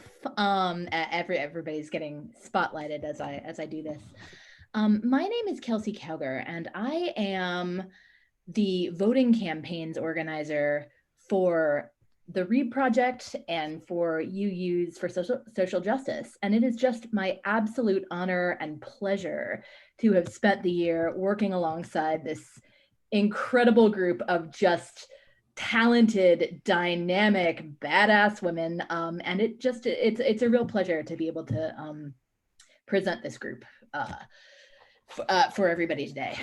As people are getting spotlighted, I will go through and do some introductions, and then we will jump right into our questions. We have here today Pam Kukos, who's the co-founder of the READ Project for Voting Rights. The very newly ordained Reverend Lisa Garcia Sampson, the executive director of Forward Together North Carolina. We have Elizabeth Alex, the organizing director for CASA. Casimir Brown, who's the deputy director of religious affairs for the Poor People's Campaign. Sarah Benitez, who's the vice president of organizing for Faith and Public Life. And last but not least, the great Nicole Presley, the national organizer for UU to Vote. So I'm just going to jump right in, if that's all right with all of you. One of the things that struck me as we were putting this panel together is that what unites us is that everybody here on this panel is an organizer who's done on the ground work. And we're all people who spent the last election trying to combat voter suppression, particularly voter suppression as it's deployed against people of color. It can be easy to get in tunnel vision, and given how election focused our work has been, as an opening question, I'd just love to have you reflect on how we take that anti-suppression work and we move it past the election and sort of think about reframing our efforts as something proactive rather than just reactive. If you hate that question, you're absolutely welcome to reflect more generally on Representative Connolly's remarks as well. So I'll just go through my list, starting with Pam. Pam, welcome. Hey, thanks, Kelsey. This is one of the best Hollywood Zoom squares I've been in a while. This is great. So, here's the thing. I think it always is affirmative, right? Because anything that we care about accomplishing in the world, we have to have the power to accomplish it, right? And so I always think of this work as foundational to racial and gender justice, climate justice, economic justice, anything we need to change, we have to change the distribution of power, and that means voting and making voting accessible. And so I think the answer is we take the power that we have gained, both in terms of what happened in the elections and the power we have built by working with each other, and do that and push forward to make that change. And so that's what I'm excited about. I'm excited by the foundations that have been laid among all of our groups to be a very powerful coalition for justice. Yeah, absolutely, Pam. I sent out an order to our panelists, but what you were saying speaks so much to the way we've been in partnership, particularly with Liz and Sarah. If you don't mind, I'd like to jump to Liz and Sarah before go next. Liz, go ahead. Thank you, Kelsey, and good afternoon, good evening to everybody. I'm Liz from CASA, as Kelsey introduced, and for folks who aren't familiar with us, we are an immigrant rights organization and a membership organization in Virginia, Maryland, and Pennsylvania. And we ran the largest nonpartisan voter effort that we've ever run in Pennsylvania this year, with a lot of help from a lot of people on this call. And we were countering significant attempts to suppress the vote. Where our constituency are Latino voters primarily, many of them first-time voters in Pennsylvania, many of them first-time voters ever, and a number of them newly transplanted voters from Puerto Rico who had moved to Pennsylvania in the last 4 years. And so we're voting for the first time in a presidential election in a new place, and in a new place that was specifically designed to make it hard for them to vote. We don't work in Philadelphia. We don't work in Pittsburgh. We work in the middle of the state, which resembles politically a lot of other places in the Midwest of the country, where people of color are not the first or the second or the third thought when systems are being designed. In fact, the systems are designed without them and against them to make it harder for people to vote. And I'll say on election day, we put together a voter guardian team of almost 500 people standing at polls, providing volunteer interpretation because it was not mandated or required or offered, providing a safe and friendly face because there were people with guns. There were people with Trump flags. There were people actively attempting to intimidate voters as they walked in to vote. And there were lots of questions, just very basic questions about how do I vote? Because this is the first time ever that we had Act 77, which is a voter rights legislation that passed in Pennsylvania. And those people, I would say that day on election day, saved hundreds and hundreds of votes on election day. Forget all the work that we did to get them there. And so I'll forever be grateful for all those people who showed up. Some of you all drove from Maryland and from New York and from other places to support the work because we knew that Pennsylvania was so important and it was such an uphill climb for Black and brown voters in the middle of Pennsylvania to make sure their vote was counted. But it was counted. Latino voters in particular in Pennsylvania voted in higher numbers than ever before in history, despite the odds. They were also the hardest hit community by COVID and are continuing to work in essential worker positions, but they voted, and they voted because their lives literally are depending on it, as well as thousands of lives of people who can't vote, but who were motivating those other individuals to vote. Yeah. Super excited to keep talking, but I know we have limited time. Thank you, Kelsey. Thank you, Liz. Sarah, in your relationship with faith in public life, well, I wanted to position you next to Liz because you're working with similar communities. Can you speak a little bit about that, and also think a bit about how you anticipate moving this work beyond the election season? Yeah, absolutely. And so great to be here. And thank you also to Liz and you, Kelsey, and others who partnered with us, both on Latino voter outreach in Virginia, as well as voter outreach and protection that is still ongoing in Georgia and African-American communities, and in Ohio and Florida this year. And so I think, one of the things that we're looking at is a very practical way to continue the work of voter protection and that very important work of redistributing power, which is keeping a constant engagement at the local level, where a lot of decisions about how voting takes place are made, with faith leaders, with communities of faith, and then also at a broader level and just in a narrative setting, and really living into what our mission and a big part of our work is also narrative shaping and putting out the connection between values as our values of people of faith and from a spiritual place for the vote and for democracy, and sort of reclaiming and claiming democracy and justice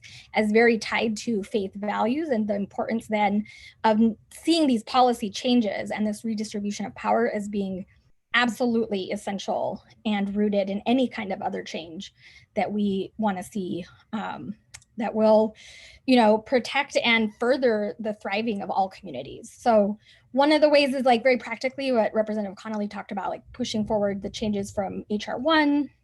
But I think on a way that we can do that as well, and that we're looking at, is, like I said, just really telling that story and making that very strong connection of countering the ongoing attempts of authoritarianism and claiming, democracy is about the value of each person. And unless we can uphold that through our systems, we don't have that in this country. Sarah, that is so beautifully put. Thank you. Thank you so much for that framing. Casimir, I bet you work with Poor People's Campaign, which I think about as just instrumental in doing that kind of work that, in the way that Sarah is describing, where you act in this very practical, election focused way, and you think about these larger scale structural issues. Can you speak a little bit to that? Absolutely. Thank you so much for having me. There's just a lot of great energy here. So this excites me. And then hearing about UUSJ's long legacy of having one issue and expanding that issue, and then moving also from education to education and advocacy. And that reminds me of the Poor People's Campaign, because we are strong in believing that there's 5 interlocking injustices: poverty, systemic racism, ecological devastation, and healthcare, the war economy, and the false moral narrative of religious nationalism. So one of the big things in this fusion movement is that we don't break apart those policy points. It is all together because they are indeed interlocking.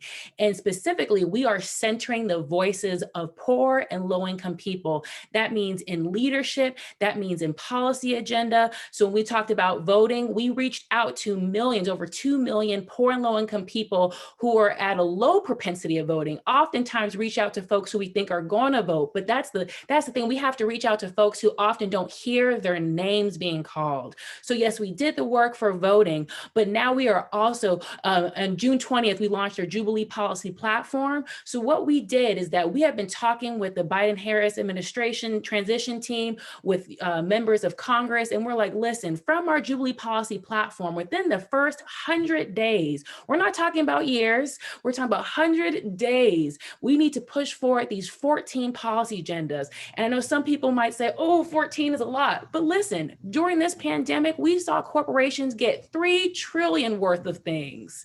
So we can push forth 14. And it's important to push forth these 14 bold agendas. And I would like to read some off as far as what we're looking for and advocating for, and doing that within the first 100 days. It is enacting comprehensive and just COVID-19 relief. It is guaranteeing quality health care regardless of any pre-existing conditions.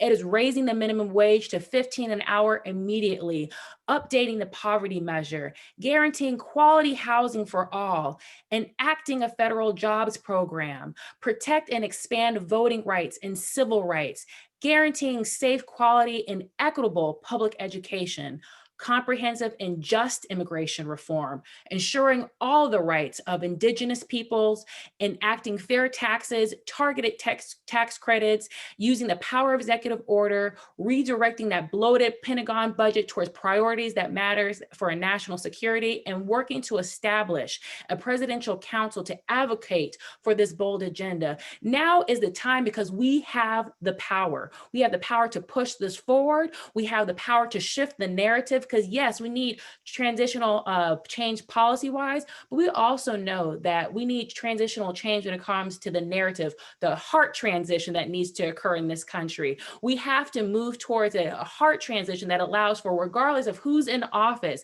that policies are going to be for the people and is going to be centering those most of the margins, those who are low income, those who are poor, because before the pandemic, 140 million poor and low income people were living in this country. And we know that during this pandemic, it is only exacerbated. So we don't have time to do the baby steps. Now is the time to make the big push forward. And I heard a lot of that being talked about beforehand about making that transformational policies. And I absolutely agree. And it's time for that bold agenda.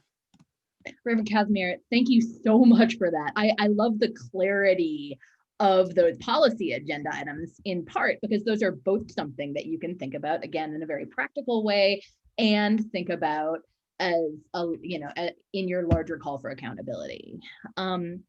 Reverend Lisa, let me turn to you. You are in such a unique position within the denomination. In that Forward Together North Carolina is an entity that exists both during and around the election and has this responsibility to your constituency. Can you speak a little bit to the accountability questions around that as you see them? Sure. I mean, I think first and foremost, our accountability starts with recognizing our responsibility to do together what we can't do alone. I think in UU the Vote has been an amazing example of our ability to activate our entire faith, our ability to get people. I think so many people in UU the Vote this year, and I'll let Nicole talk about it more, but I think a lot of people were activated in a way where they felt more deeply than they ever have before what it feels like to be a part of a movement. And now that we know what that feels like, me included, we can't go back. We can't go back. So our responsibility is to, in knowing, oh, we called 100,000 people in 4 days. Oh, we called 3 million people. We have a responsibility again to do together what we can't do alone. And that's what makes our partnership with UUSJ, where we called logged nearly 1,000 hours of phone calls just to North Carolina, because of our congregations in UUSJ and across the country showed up for us. So we've got to make sure that we are organizing our denomination to really exercise the full weight, the full capacity, and imagine even greater capacity for what's possible. Thinking about more local, just the logistics of organizing and making sure we're accountable to our partners moving forward. We've deepened our relationships. We've got to make sure people know that this wasn't an election year type of an engagement. And so I thought of two things that we've done this year to make sure that we are living into our responsibility to be designed as an organization to be nimble and responsive to our partners. One thing is the action hour model. So we learned this from UUSC, and a lot of our partners, Surge, a lot of folks are starting to do an action hour model, especially in a pandemic where people show up on Zoom for an hour. There's a set of actions and we do them together. It feeds purpose, it feeds community, and it's a way to be very quickly responsive to the needs of our community partners. So every Friday at 11, every single Friday at 11, UUs from across North Carolina show up to a Zoom, and whatever our partners have asked us to do that week, we do it. And I know I'm doing my job right when on Thursday afternoon, I get a call from someone who says, I have something for you for tomorrow morning, right? So people understand our partners. My job is for our partners to understand what our systems are and how we are structured, and be able to imagine where we fit in, right? How we can amplify, right? So for example, with the election, a quick example, our partners needed parking lots across the state. And so we made sure that we gave a full list of all of our 26 congregations across the state to our closest partners and said, if you need a parking lot in New Bern, if you need a parking lot in rural Western North Carolina, this is where we are. Pick up the phone, we will show up for you. So when our partners, when we're clear with our partners about what our capacity is and how we can show up for them and then make sure that we do, I think that's the kind of accountability that we need to continue to do moving forward. So do together what we can't do alone, and make sure we are designed to be nimble and not just trying to hustle when an ask comes our way. Lisa, thank you so much. And the thing that I especially love about that model that you're lifting up is it teaches volunteers and people who want to help how to help, which is to say, the ask will change because circumstances change. But if we can commit to a certain period of time in the week where we know we are going to make a difference, we can allow ourselves to be the most helpful and the most responsive. So that's something that I love about what you did in North Carolina.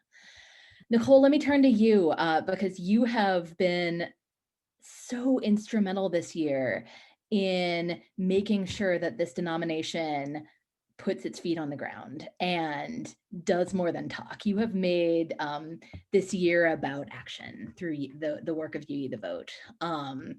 And deserve all the credit in the world for that. It is a big and a complicated job, and you just did it so beautifully. If you could, can you speak a little bit about what we can think about our next steps being for as a denomination in this kind of work? Yes, thank you. Thank you for those kind words, Kelsey. Well deserved. You know, I think that what we're learning from this great conversation is how this idea of accountability and how this idea of organizing actually intersects, right? Who are we accountable to? Why do we organize, right? And in service to what? Because everyone organizes, right? As we see. And I'm just thinking about Reverend Casimir's words about doing that heart and soul work, right? Because that is the foundation of faith-based organizing, right? Is that we don't just seek to transform our world, we seek to transform ourselves. And as you know, it's been beautiful to see the music being lifted up in this program. And it's always great when I can hear that the We Shall Be Known song that we actually had our UU the Vote choir sing, because those lyrics are meaningful. I think people find both peace and guidance in those songs because it says, you know, we shall be known by the company we keep. If that isn't a mandate to our organizing, I don't know what else is. You know, MLK said, you know, those who love peace must learn to organize as effectively as those who love war. So we really have to be honest about our values, right? And the last song that actually Leah sung was, you know, we choose where we stand. And we have this, you know, campaign called Side with Love, right? It's a way to consistently reimagine and recommit to how we do the work of justice and how we organize. So it is calling us into a politic, right? A politic that sometimes goes so far outside what our legislators tell us is possible. You know, I'm thankful for Representative Connolly talking about having a bold agenda, right? But we know that when policy gets written and when policy hits the floor or doesn't hit the floor, that it is about sometimes compromise.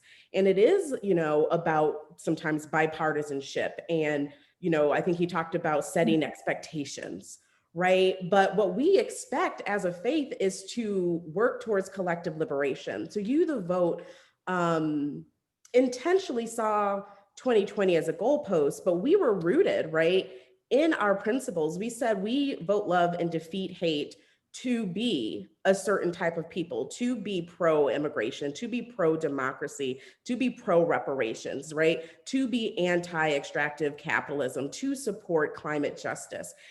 And what I think this heart shift, right, this cultural shift that we need in this movement is calling us into is saying, well, where do we see that happening? Right, we did a lot of work to stop voter suppression, to in fact support, right, the work of people of color, organizers and voters. So what are we doing when their voices are lifted up, right? Are we choosing to side with them, or are we organizing for a different purpose? And I think that is what, you know, we keep talking about what's next and what we're going to lead our faith into.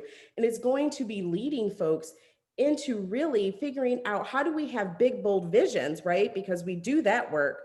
But then how do we create intentional containers that do both effective work and leadership organizing, while also, right, while also transforming ourselves and making sure that we are always ministry forward, which I just want to say was critical and heavily supported by the wonderful Reverend Ashley Horan, who you'll hear from later, and our newly ordained Reverend Lisa Garcia Sampson. I'm just always going to give you a shout out. So yeah. Nicole, thank you so much. That brilliantly said. Friends, I got permission from the powers that be to go on just a little bit longer. So I think if we can do nice, tight answers, we can do one more round of questions. So one of the things that I was thinking about when I think about accountability, you know, it's easy to think about that as unidirectional. So it's just these organized people trying to hold elected officials accountable.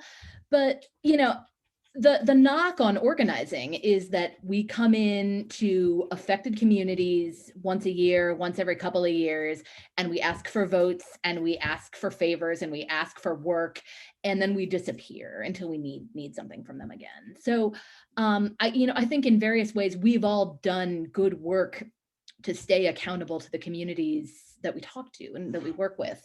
And I'd like to hear from all of us some strategies for how we keep that accountability up to the communities we serve, even in the off season. So Reverend Casimir, if you wouldn't mind, I'd love to begin with you, because again, I think Poor People's Campaign is such a model for doing this well.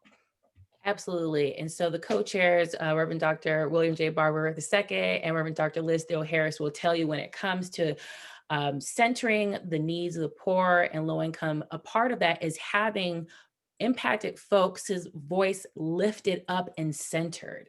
It is not we don't say we're an organization, we're an organism, we're a movement.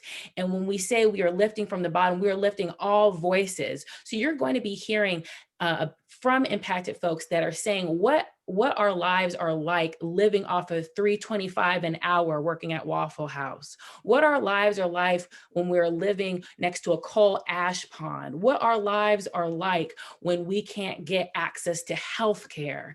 And so a part of that accountability is making sure the voices are being centered, the voices are being heard, the voices are in leadership, guiding and pushing towards this agenda, that this is not something where you have a front-facing organization organization or a figurehead, and then somebody else comes and say, no, we're putting forward the faces, the voices, the narrative of those who are impacted.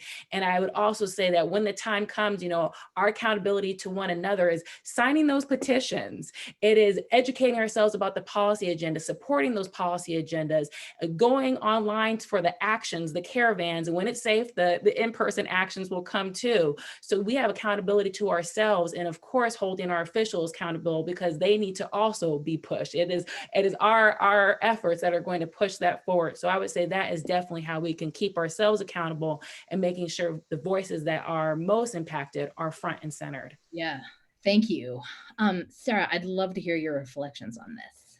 Yeah, and I think it starts, if it hasn't already, it's something that I think what Reverend Lisa was saying about, and everyone has said, that is part of the process even before we get to elections, in terms of partnerships and being in relationship on the ground with faith and secular communities. So, but if that hasn't happened yet in the work that's been done, it's like, this is the time to really regroup and make sure those relationships are strong, because if you're not in a position to continue the organizing, but you work with a partner organization like we have done with CASA for many years in Virginia, this sort of, they have a stronger capacity on the ground in Virginia than Faith in Public Life as an organization does.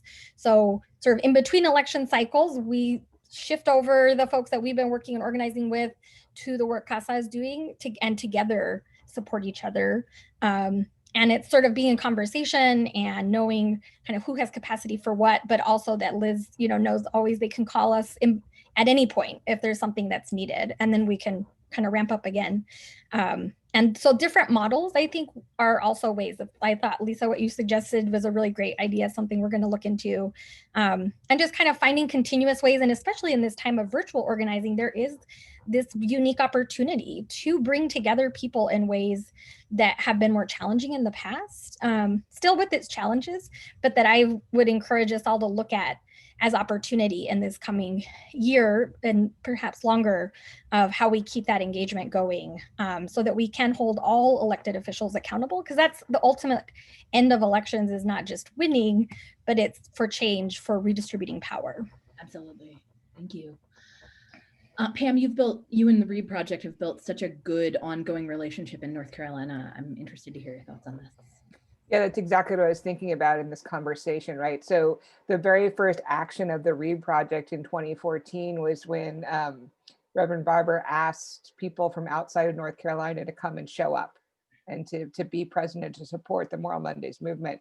And, that was the beginning of a story that carried all the way through to 2020 of not just working on elections, but being there for direct actions, hosting people who come to the nation's capital to help amplify and support the power of our partner organizations. And so, I think also as we've gotten a lot of new people involved this year, they've like written postcards and made calls and gotten really excited about the focused action that we just did, and the high stakes is really to support folks understanding the stakes are still really high, right? I mean, we just heard 14 things that we really got to do right now. And all the skills that people have built, and the engagement and the partnerships are what we need to actually get that done. So I'm actually pretty excited about that this is not just a one-off story, right? That this is a sustained and growing movement, agree with movement, to build and share power and capacity to get it done. Yeah, absolutely. Thank you for that. Thank you. So I was asked to end by 5:58. So Lisa and Nicole, with all the love to you, I'm going to give the last word to Liz, who is working with immigrant communities every single day and probably has some great insight how we stay accountable to these communities that we've built. It's so funny that you bring this up today. Actually, last weekend, we just had our internal accountability session with our own membership, where our elected member leaders came together and we asked the hard questions. We said, we don't know what's going to happen in the Senate. We know we have a new president who's going to have limited capacity. We don't know what kind of immigration proposals are going to be out there. How are we going to decide what's worth fighting for, what's worth showing up in DC? and what we should take a pass on. And they asked hard questions. They said, well, how many people is it going to impact? How long are they going to benefit? Who's going to be harmed by whatever relief is passed? Who's going to be left out? And they really pushed us. And I think that's the same kind of accountability that we're going to try to bring to anybody who's working with us, who says, hey, come on to this thing. It's immigration's included. We're going to lift up our members' values and their voices. And I'm going to close with one story, just because that's what I do. I'm an organizer. And this is a story of a young lady from Pennsylvania who's on our board of directors. Her name is Arlette Morales. She's from Mexico. She's lived in New York for almost all of her young life. She's 19 years old right now. And she would have qualified for DACA.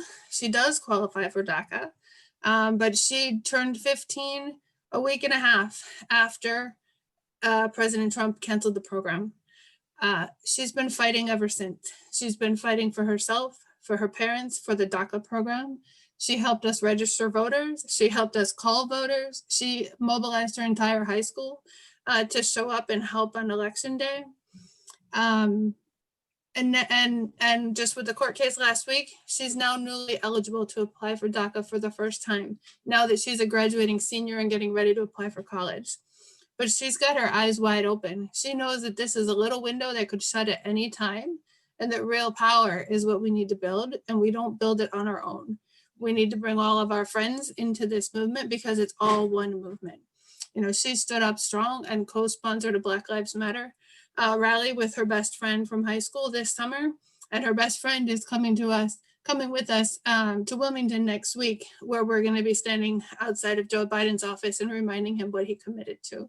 That's the kind of solidarity we need to build together. And it's young people like that that are really showing us the way. So I think all of us are better off if we can stand back and let the young people who are directly affected lead us. That's the power we need to build. Thank you so much to everyone in this network, everything you've done and everything that I know you will continue to keep doing.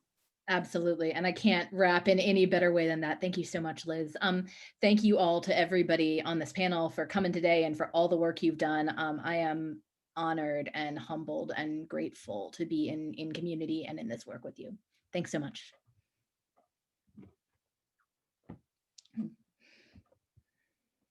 In the state of Alabama, during the early 60s and the mid 60s, there were several 100,000 of Black people of voting age, but very few were registered to vote. As a matter of fact, in the heart of the Black Belt, in Selma, a small town in Alabama, that had only about 2.1% of the Black people of voting age registered in 1965. Today in Selma, more than 70% of the Blacks of voting age are registered to vote, and 5 members of a 10-member city council happen to be Black. In Greene County, Alabama, during the early 60s, very few Blacks were registered, but today that county is controlled by Black. The highest elected official of the county is a young man, Thomas Gilmore, who is the sheriff. Stand up and make good trouble. Speak up and make good trouble. Get up and make good trouble. Rise up and make good trouble. Stand up and make good trouble. Speak up and make good trouble. Get up and make good trouble. Rise up and make good trouble. Stand up and make good trouble. Speak up and make good trouble. Get up and make good trouble. Rise up and make good trouble. Never be afraid to make some noise. Make some noise. Never be afraid to make some noise. Make some noise. This is the struggle of a lifetime. Make some noise. Makes good trouble. This is the struggle of a lifetime. And make good trouble. This is the struggle of a lifetime. And make good trouble. This is the struggle of a lifetime. And make good trouble. So you tell us to wait. You tell us to be patient. We cannot wait. We cannot be patient. We want our freedom and we want it now.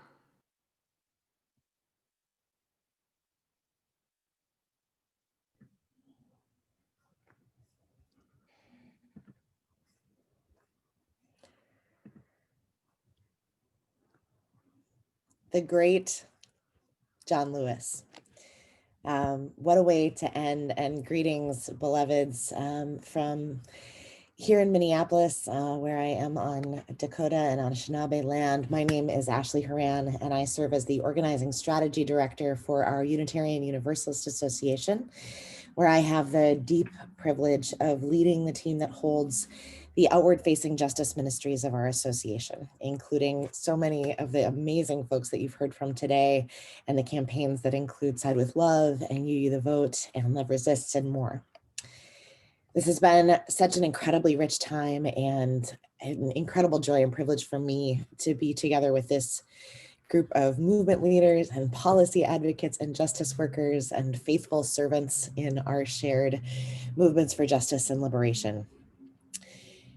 In the midst of this particular season, this time of deepening silence and darkness and waiting, as well as this time of anxiety and uncertainty after the elections and before inauguration, during this period of deep loss and devastation that continues to be wrought by the ongoing pandemic, it's especially important that we take this time to be together, to celebrate our work and to dream about the struggles and the victories that are to come. So when Pablo graciously invited me to give the closing charge to this gathering, he asked me to reflect on those words that we just heard from the late, great Representative John Lewis, who so famously said, "Never, ever be afraid to make some noise and get in good trouble, necessary trouble." So as we leave, I want to talk a little bit about what trouble means as we leave here. And I offer in closing some blessings and some charges for all of us as we recommit ourselves to that lifelong work of principled struggle for liberation, grounded in unshakable love. Beloveds, let us make good trouble by grounding all the work we do in humility. Take a beat before we make a well-meaning suggestion, or send a critique, or question the tactics, or assume that we know something that others haven't yet realized. Let's make good trouble by supporting the leadership of Black and Indigenous and people of color, by queer and trans people, by women and poor folks and disabled people and immigrants who are fighting for a more just and liberated world. Let's show up even when we have questions, or when we would do things differently, or when the ask being made of us requires sacrifice or discomfort. Let's make good trouble by pushing past the limits of our comfort zones. Let's do work grounded in relationship with a spirit of service and boldness that we lean into, because we sense deep in our bones that we are a part of the struggle for building a more just and loving world that began with our ancestors and that will continue for generations beyond our own lifetimes. Let's take risks, say yes, make sacrifices, do the thing that needs to be done because it is right, because it is needed, and not because it's easy. Let's make good trouble by engaging in spiritual practices that nurture our spirits, make us stronger and kinder and more connected, so that we can show up as our best selves. Pray daily, Make art and music connect with our healthy, healed ancestors. Worship, move our bodies with intention. Protest and march in the company of beloveds, weaving a vision of a world worth fighting for. Then rinse and repeat over and over. Let's make good trouble by making space for grief and lamentation in our own hearts, in our communities, and in the world. The losses and the pain and the real humans and families and bodies that have been harmed are real, flesh and bone. Allow our hearts to break, to connect with our humanity and the humanity of the real people who suffer. And then, but as well, let us make good trouble by choosing joy over cynicism, resilience over fragility, generosity over pettiness, gratitude over scarcity. Let's dance in our bathrobes and make food for our beloveds and sing off key and kiss our sweethearts and squeeze our babies as a daily act of resistance. Let us not allow them to steal our joy, to steal our spirit. And finally, let us make good trouble by giving our highest allegiance not to any one organization or politician or campaign or movement strategy, because none of them will save us.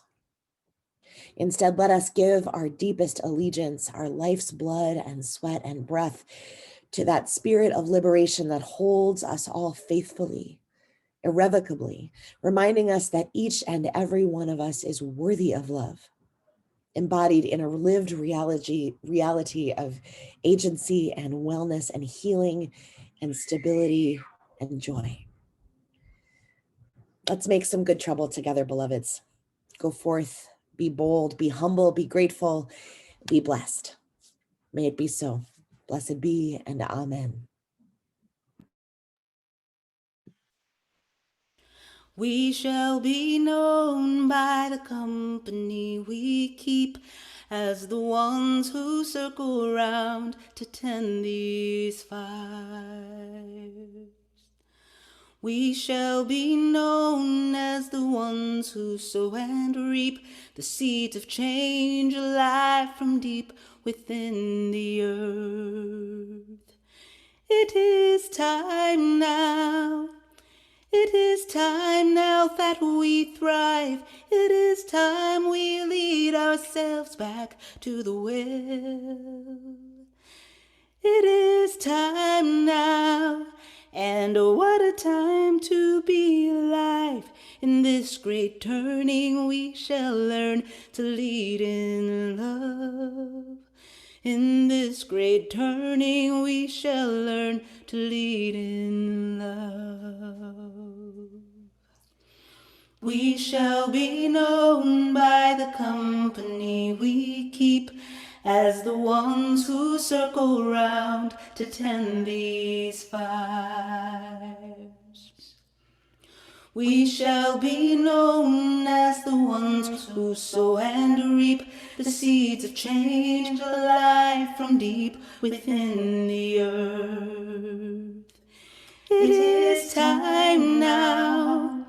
It is time now that all thrive. It is time we lead ourselves back to the well.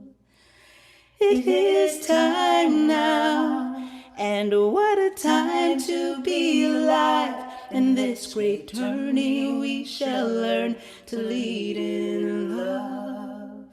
In this great turning we shall learn to lead in love. In this great turning we shall learn to lead as love.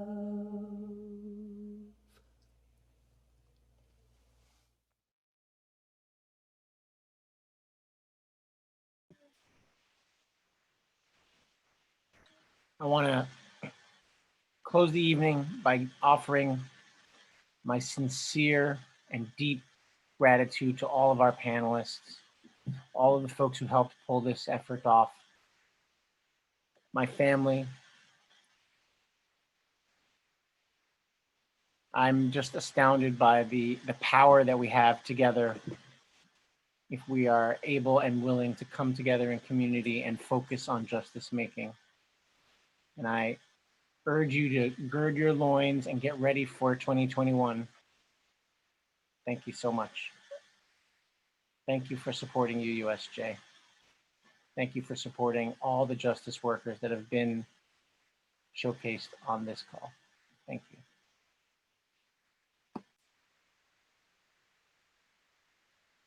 Hi, Javier. Happy holidays. I'd like to thank everyone as well. Congressman Connolly, the outstanding panels, all the great ideas. And we'd ask that you all help push us to our goal. Every penny counts for our small shop to support all of our volunteers. So with that, we'll conclude and remind you that we have a coffee hour, quote, hour, in a virtual room following this, where you can linger and exchange ideas to advance all the wonderful issues and programs that everyone discussed today. So thank you again, and bless you all.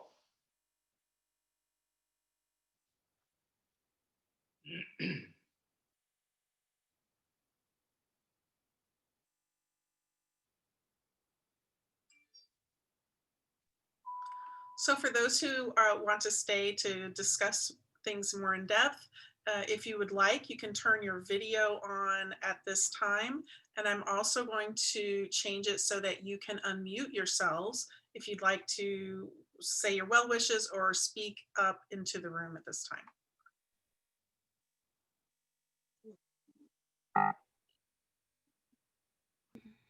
Oh, there's Bob. Hey, Bob. Bob Johnson. Yeah, I'm so impressed. Pablo, everyone, fantastic job. Great to see your son, by the way, but wonderful. What can I say? Yeah, may I just thank Pablo and also Lori for having that go so smoothly and so well. Y'all are just amazing. That's a hard thing to pull off. You made it look perfect. Hi, Javier. Superb organizing all around at every level. Thank you so much. Yeah, on behalf of North Carolina, we couldn't do what we do without you. And y'all have our back, and you have for a long time before I got here, and y'all will until long after I'm gone. So to Kelsey, to Pablo, to everyone on the UUSJ team, congratulations. And your North Carolina family is celebrating with you today. Thank you. And we have your back too. We love North Carolina. That's great. Thank you, Lisa. Congratulations. And we'll see you on that Tillis call next week. Last week's action hour was you're right here, right now, and we're ready to go. Yeah, can we just, anybody who hasn't gotten to congratulate Lisa, can we all just do some like spirit fingers for Lisa, who got ordained like 10 minutes before this thing started? Oh yeah. Lisa's had a big day. I could not miss this. Any other event, I would say you're out of your mind. I need to sleep, but it was a privilege to go from 15 minutes after my ordination and jump on this call, and I would do it again. Thank you all so much. Congratulations. Thanks for your great contribution, Lisa. Really nice. Really well done. Yeah, thank you. I'm happy to hear like how recently the ordination was, because when they said you were recently ordained, I was like, how did I miss that? Now I know it was today. Link, you miss it. Yeah, that's about it. Congratulations, Reverend Lisa. Thank you so much. Got to get used to hearing that, and I appreciate you all helping me in that process. I demanded that she change her Zoom name, and she denied my simple demand. I missed it. I'll change it right now. Yay. Yeah. All right, here we go. I'm guessing. Yay. Those were such good panels. Oh my gosh. Woo! Yeah. Thank you so much to Kelsey and Bob for moderating. It's I easy if you appreciate have it. brilliant people to talk As to. you guys can see, after I did my little segment there, I had my hands full a little bit, but Yeah, really Well, good content, much to work with. I can foresee a couple of articles and other kinds of things coming out of this, including Reverend Horan's talk, which I think Pablo might be the lead article in our next e-news. We can get that out there on video clip as well as in print. So it's very moving, as were so many of the comments, particularly from your panel, Kelsey. Really nice. Yeah, I was so grateful to have Reverend Casimir and Liz and Sarah from our partner organizations. I mean, I think that work has been so fundamental to what we've done this year. I mean, we truly, like, it's, I think, so important for us to be humble in the work and know that the people who know how to organize better are the people who do it on the ground every single day. And you know, being able to just add capacity to their work is such a gift. And being able to, you know, build those relationships so we can take cues about accountability, and we can let them tell us what we can use the power that we have to make happen. You know, I mean, that's big. And I think we heard that just so beautifully from the panelists. Yeah. For sure. So, so there are a lot of organizers on this call, and you all know that deep into the weeds is as important as the broad overview. And this event was a brainchild of the development committee of UUSJ, but the person that people that really carried it out, many of them need to be named, but the two that really need to be named are Pablo de Jesus and Bob McCarthy. Yep. They made this happen.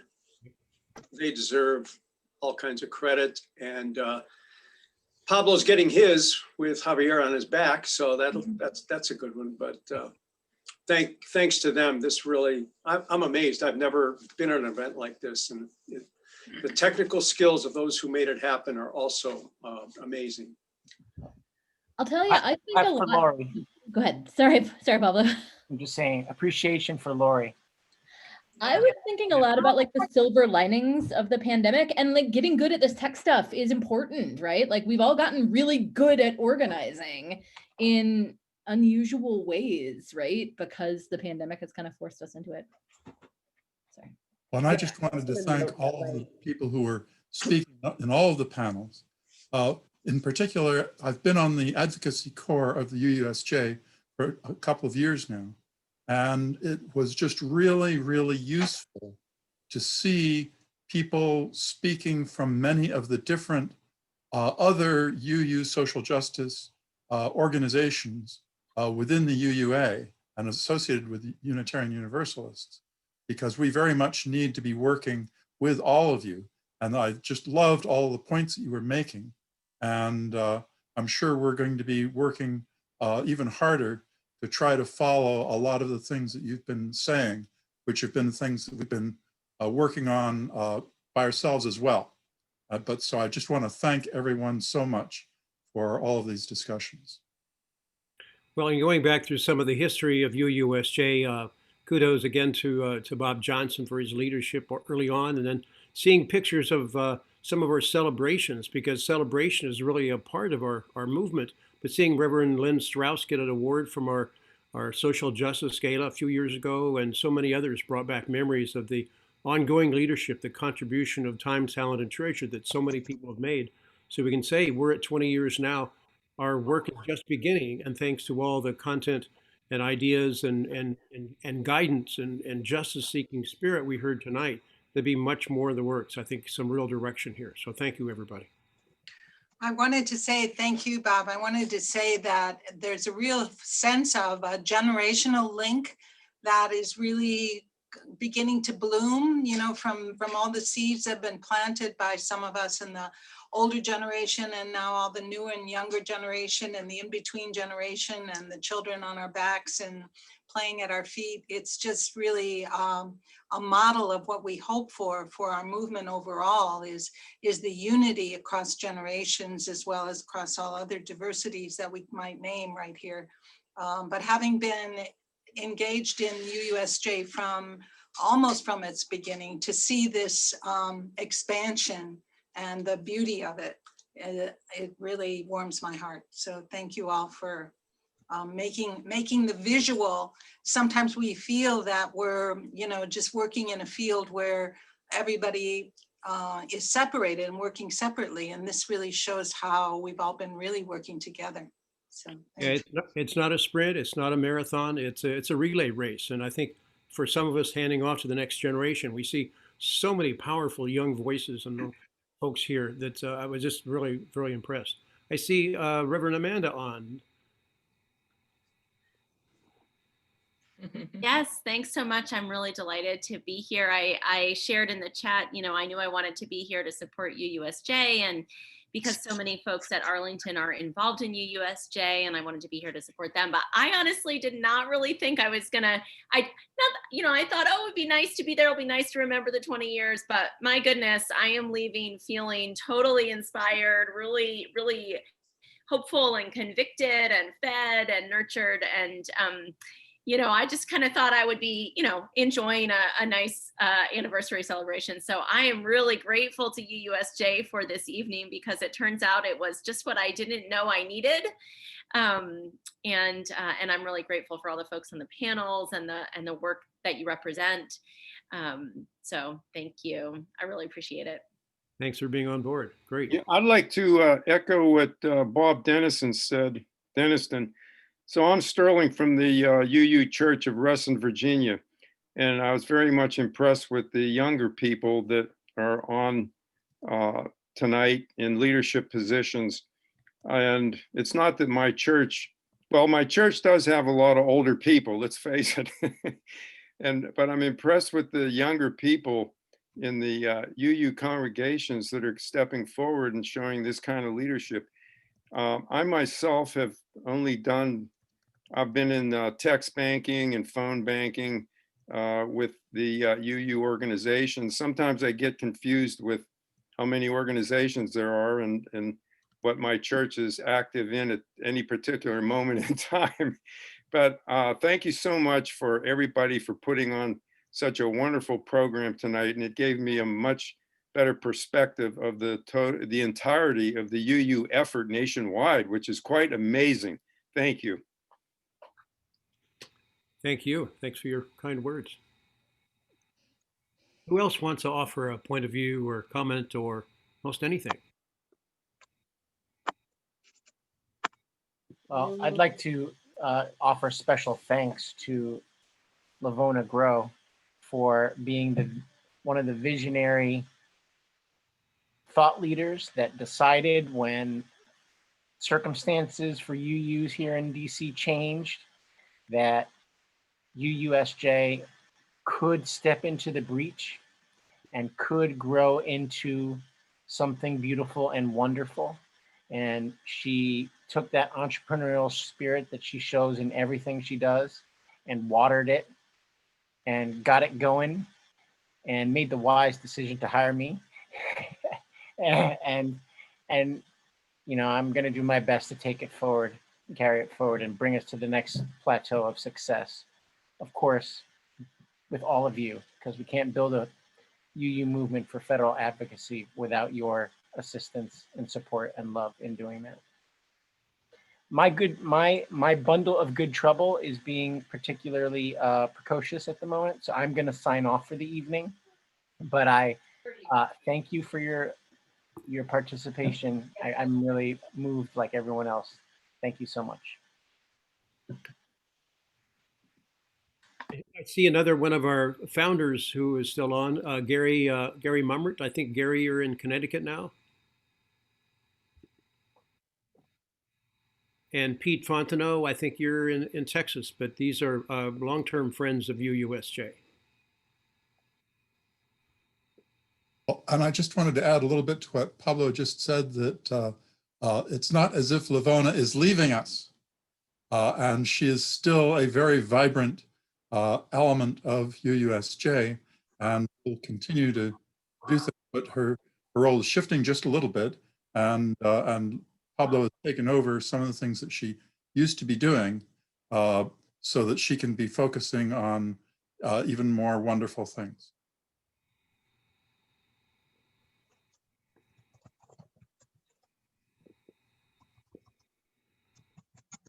There's other friends from North Carolina. Maryland, Clayton is on.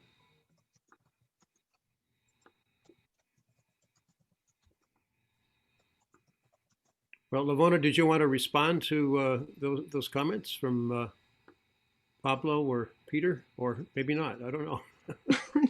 Well, it's just wonderful to actually be sitting back and listening to all of this, to see all this come forward in a way to celebrate the 20th anniversary, you know, to sort of like bring some closure in a way to some of what was, and this idea of really moving forward together.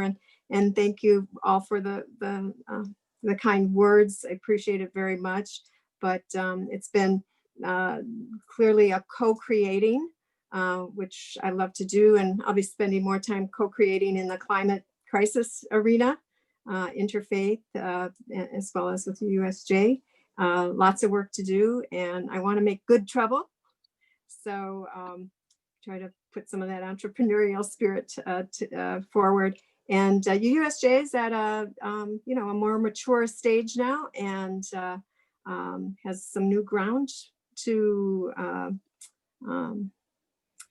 till, and it'll be exciting to see what comes forward during this this next couple of years. That'll be challenging, you know, the 117th Congress, you know, so we've only done that step one, the voting. Now we have to, you know, continue with that engagement, hold them accountable, and raise our voices, and, you know, change the tide here. And I put something in the chat about tipping points, and they can come a little bit lower than sometimes we think. So it's our job to speak up, and look forward to the newer generation moving forward. Feels really good seeing all of them here, and you know, having the wise words, and loved the combination of the music and the head stuff and the heart stuff. And you know, sometimes we get stuck in our heads as UUs. I find, as especially I work more in the interfaith community.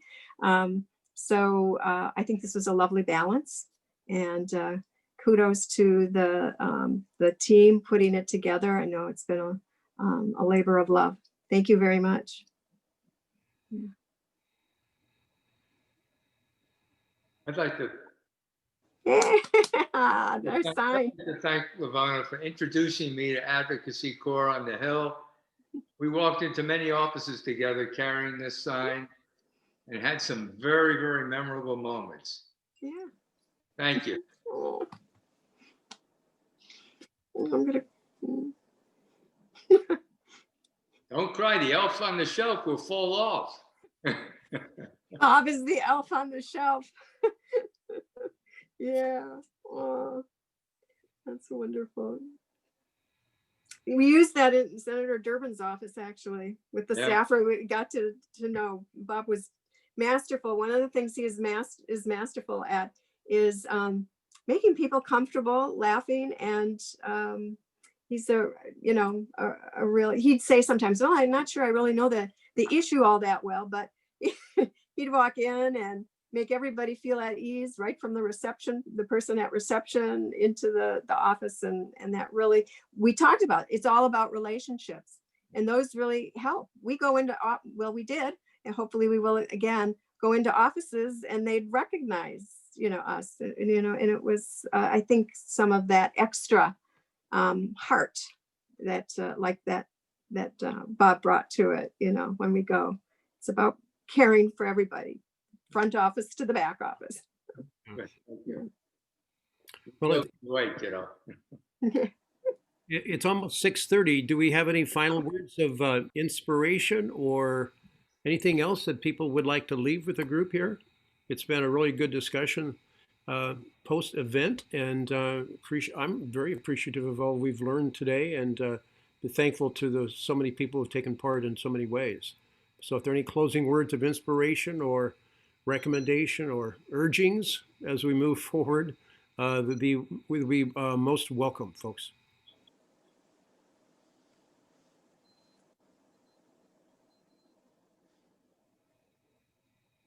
Well, Bob, you're the master of ceremonies tonight. You want to close us out then? Well, let me just say, continue to be joyous, be hopeful, and stay healthy.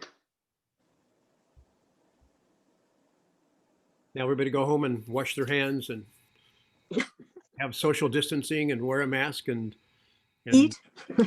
well, be safe and secure and pursue justice as in every way we can.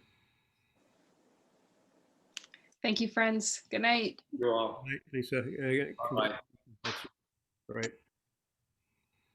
Good night, all.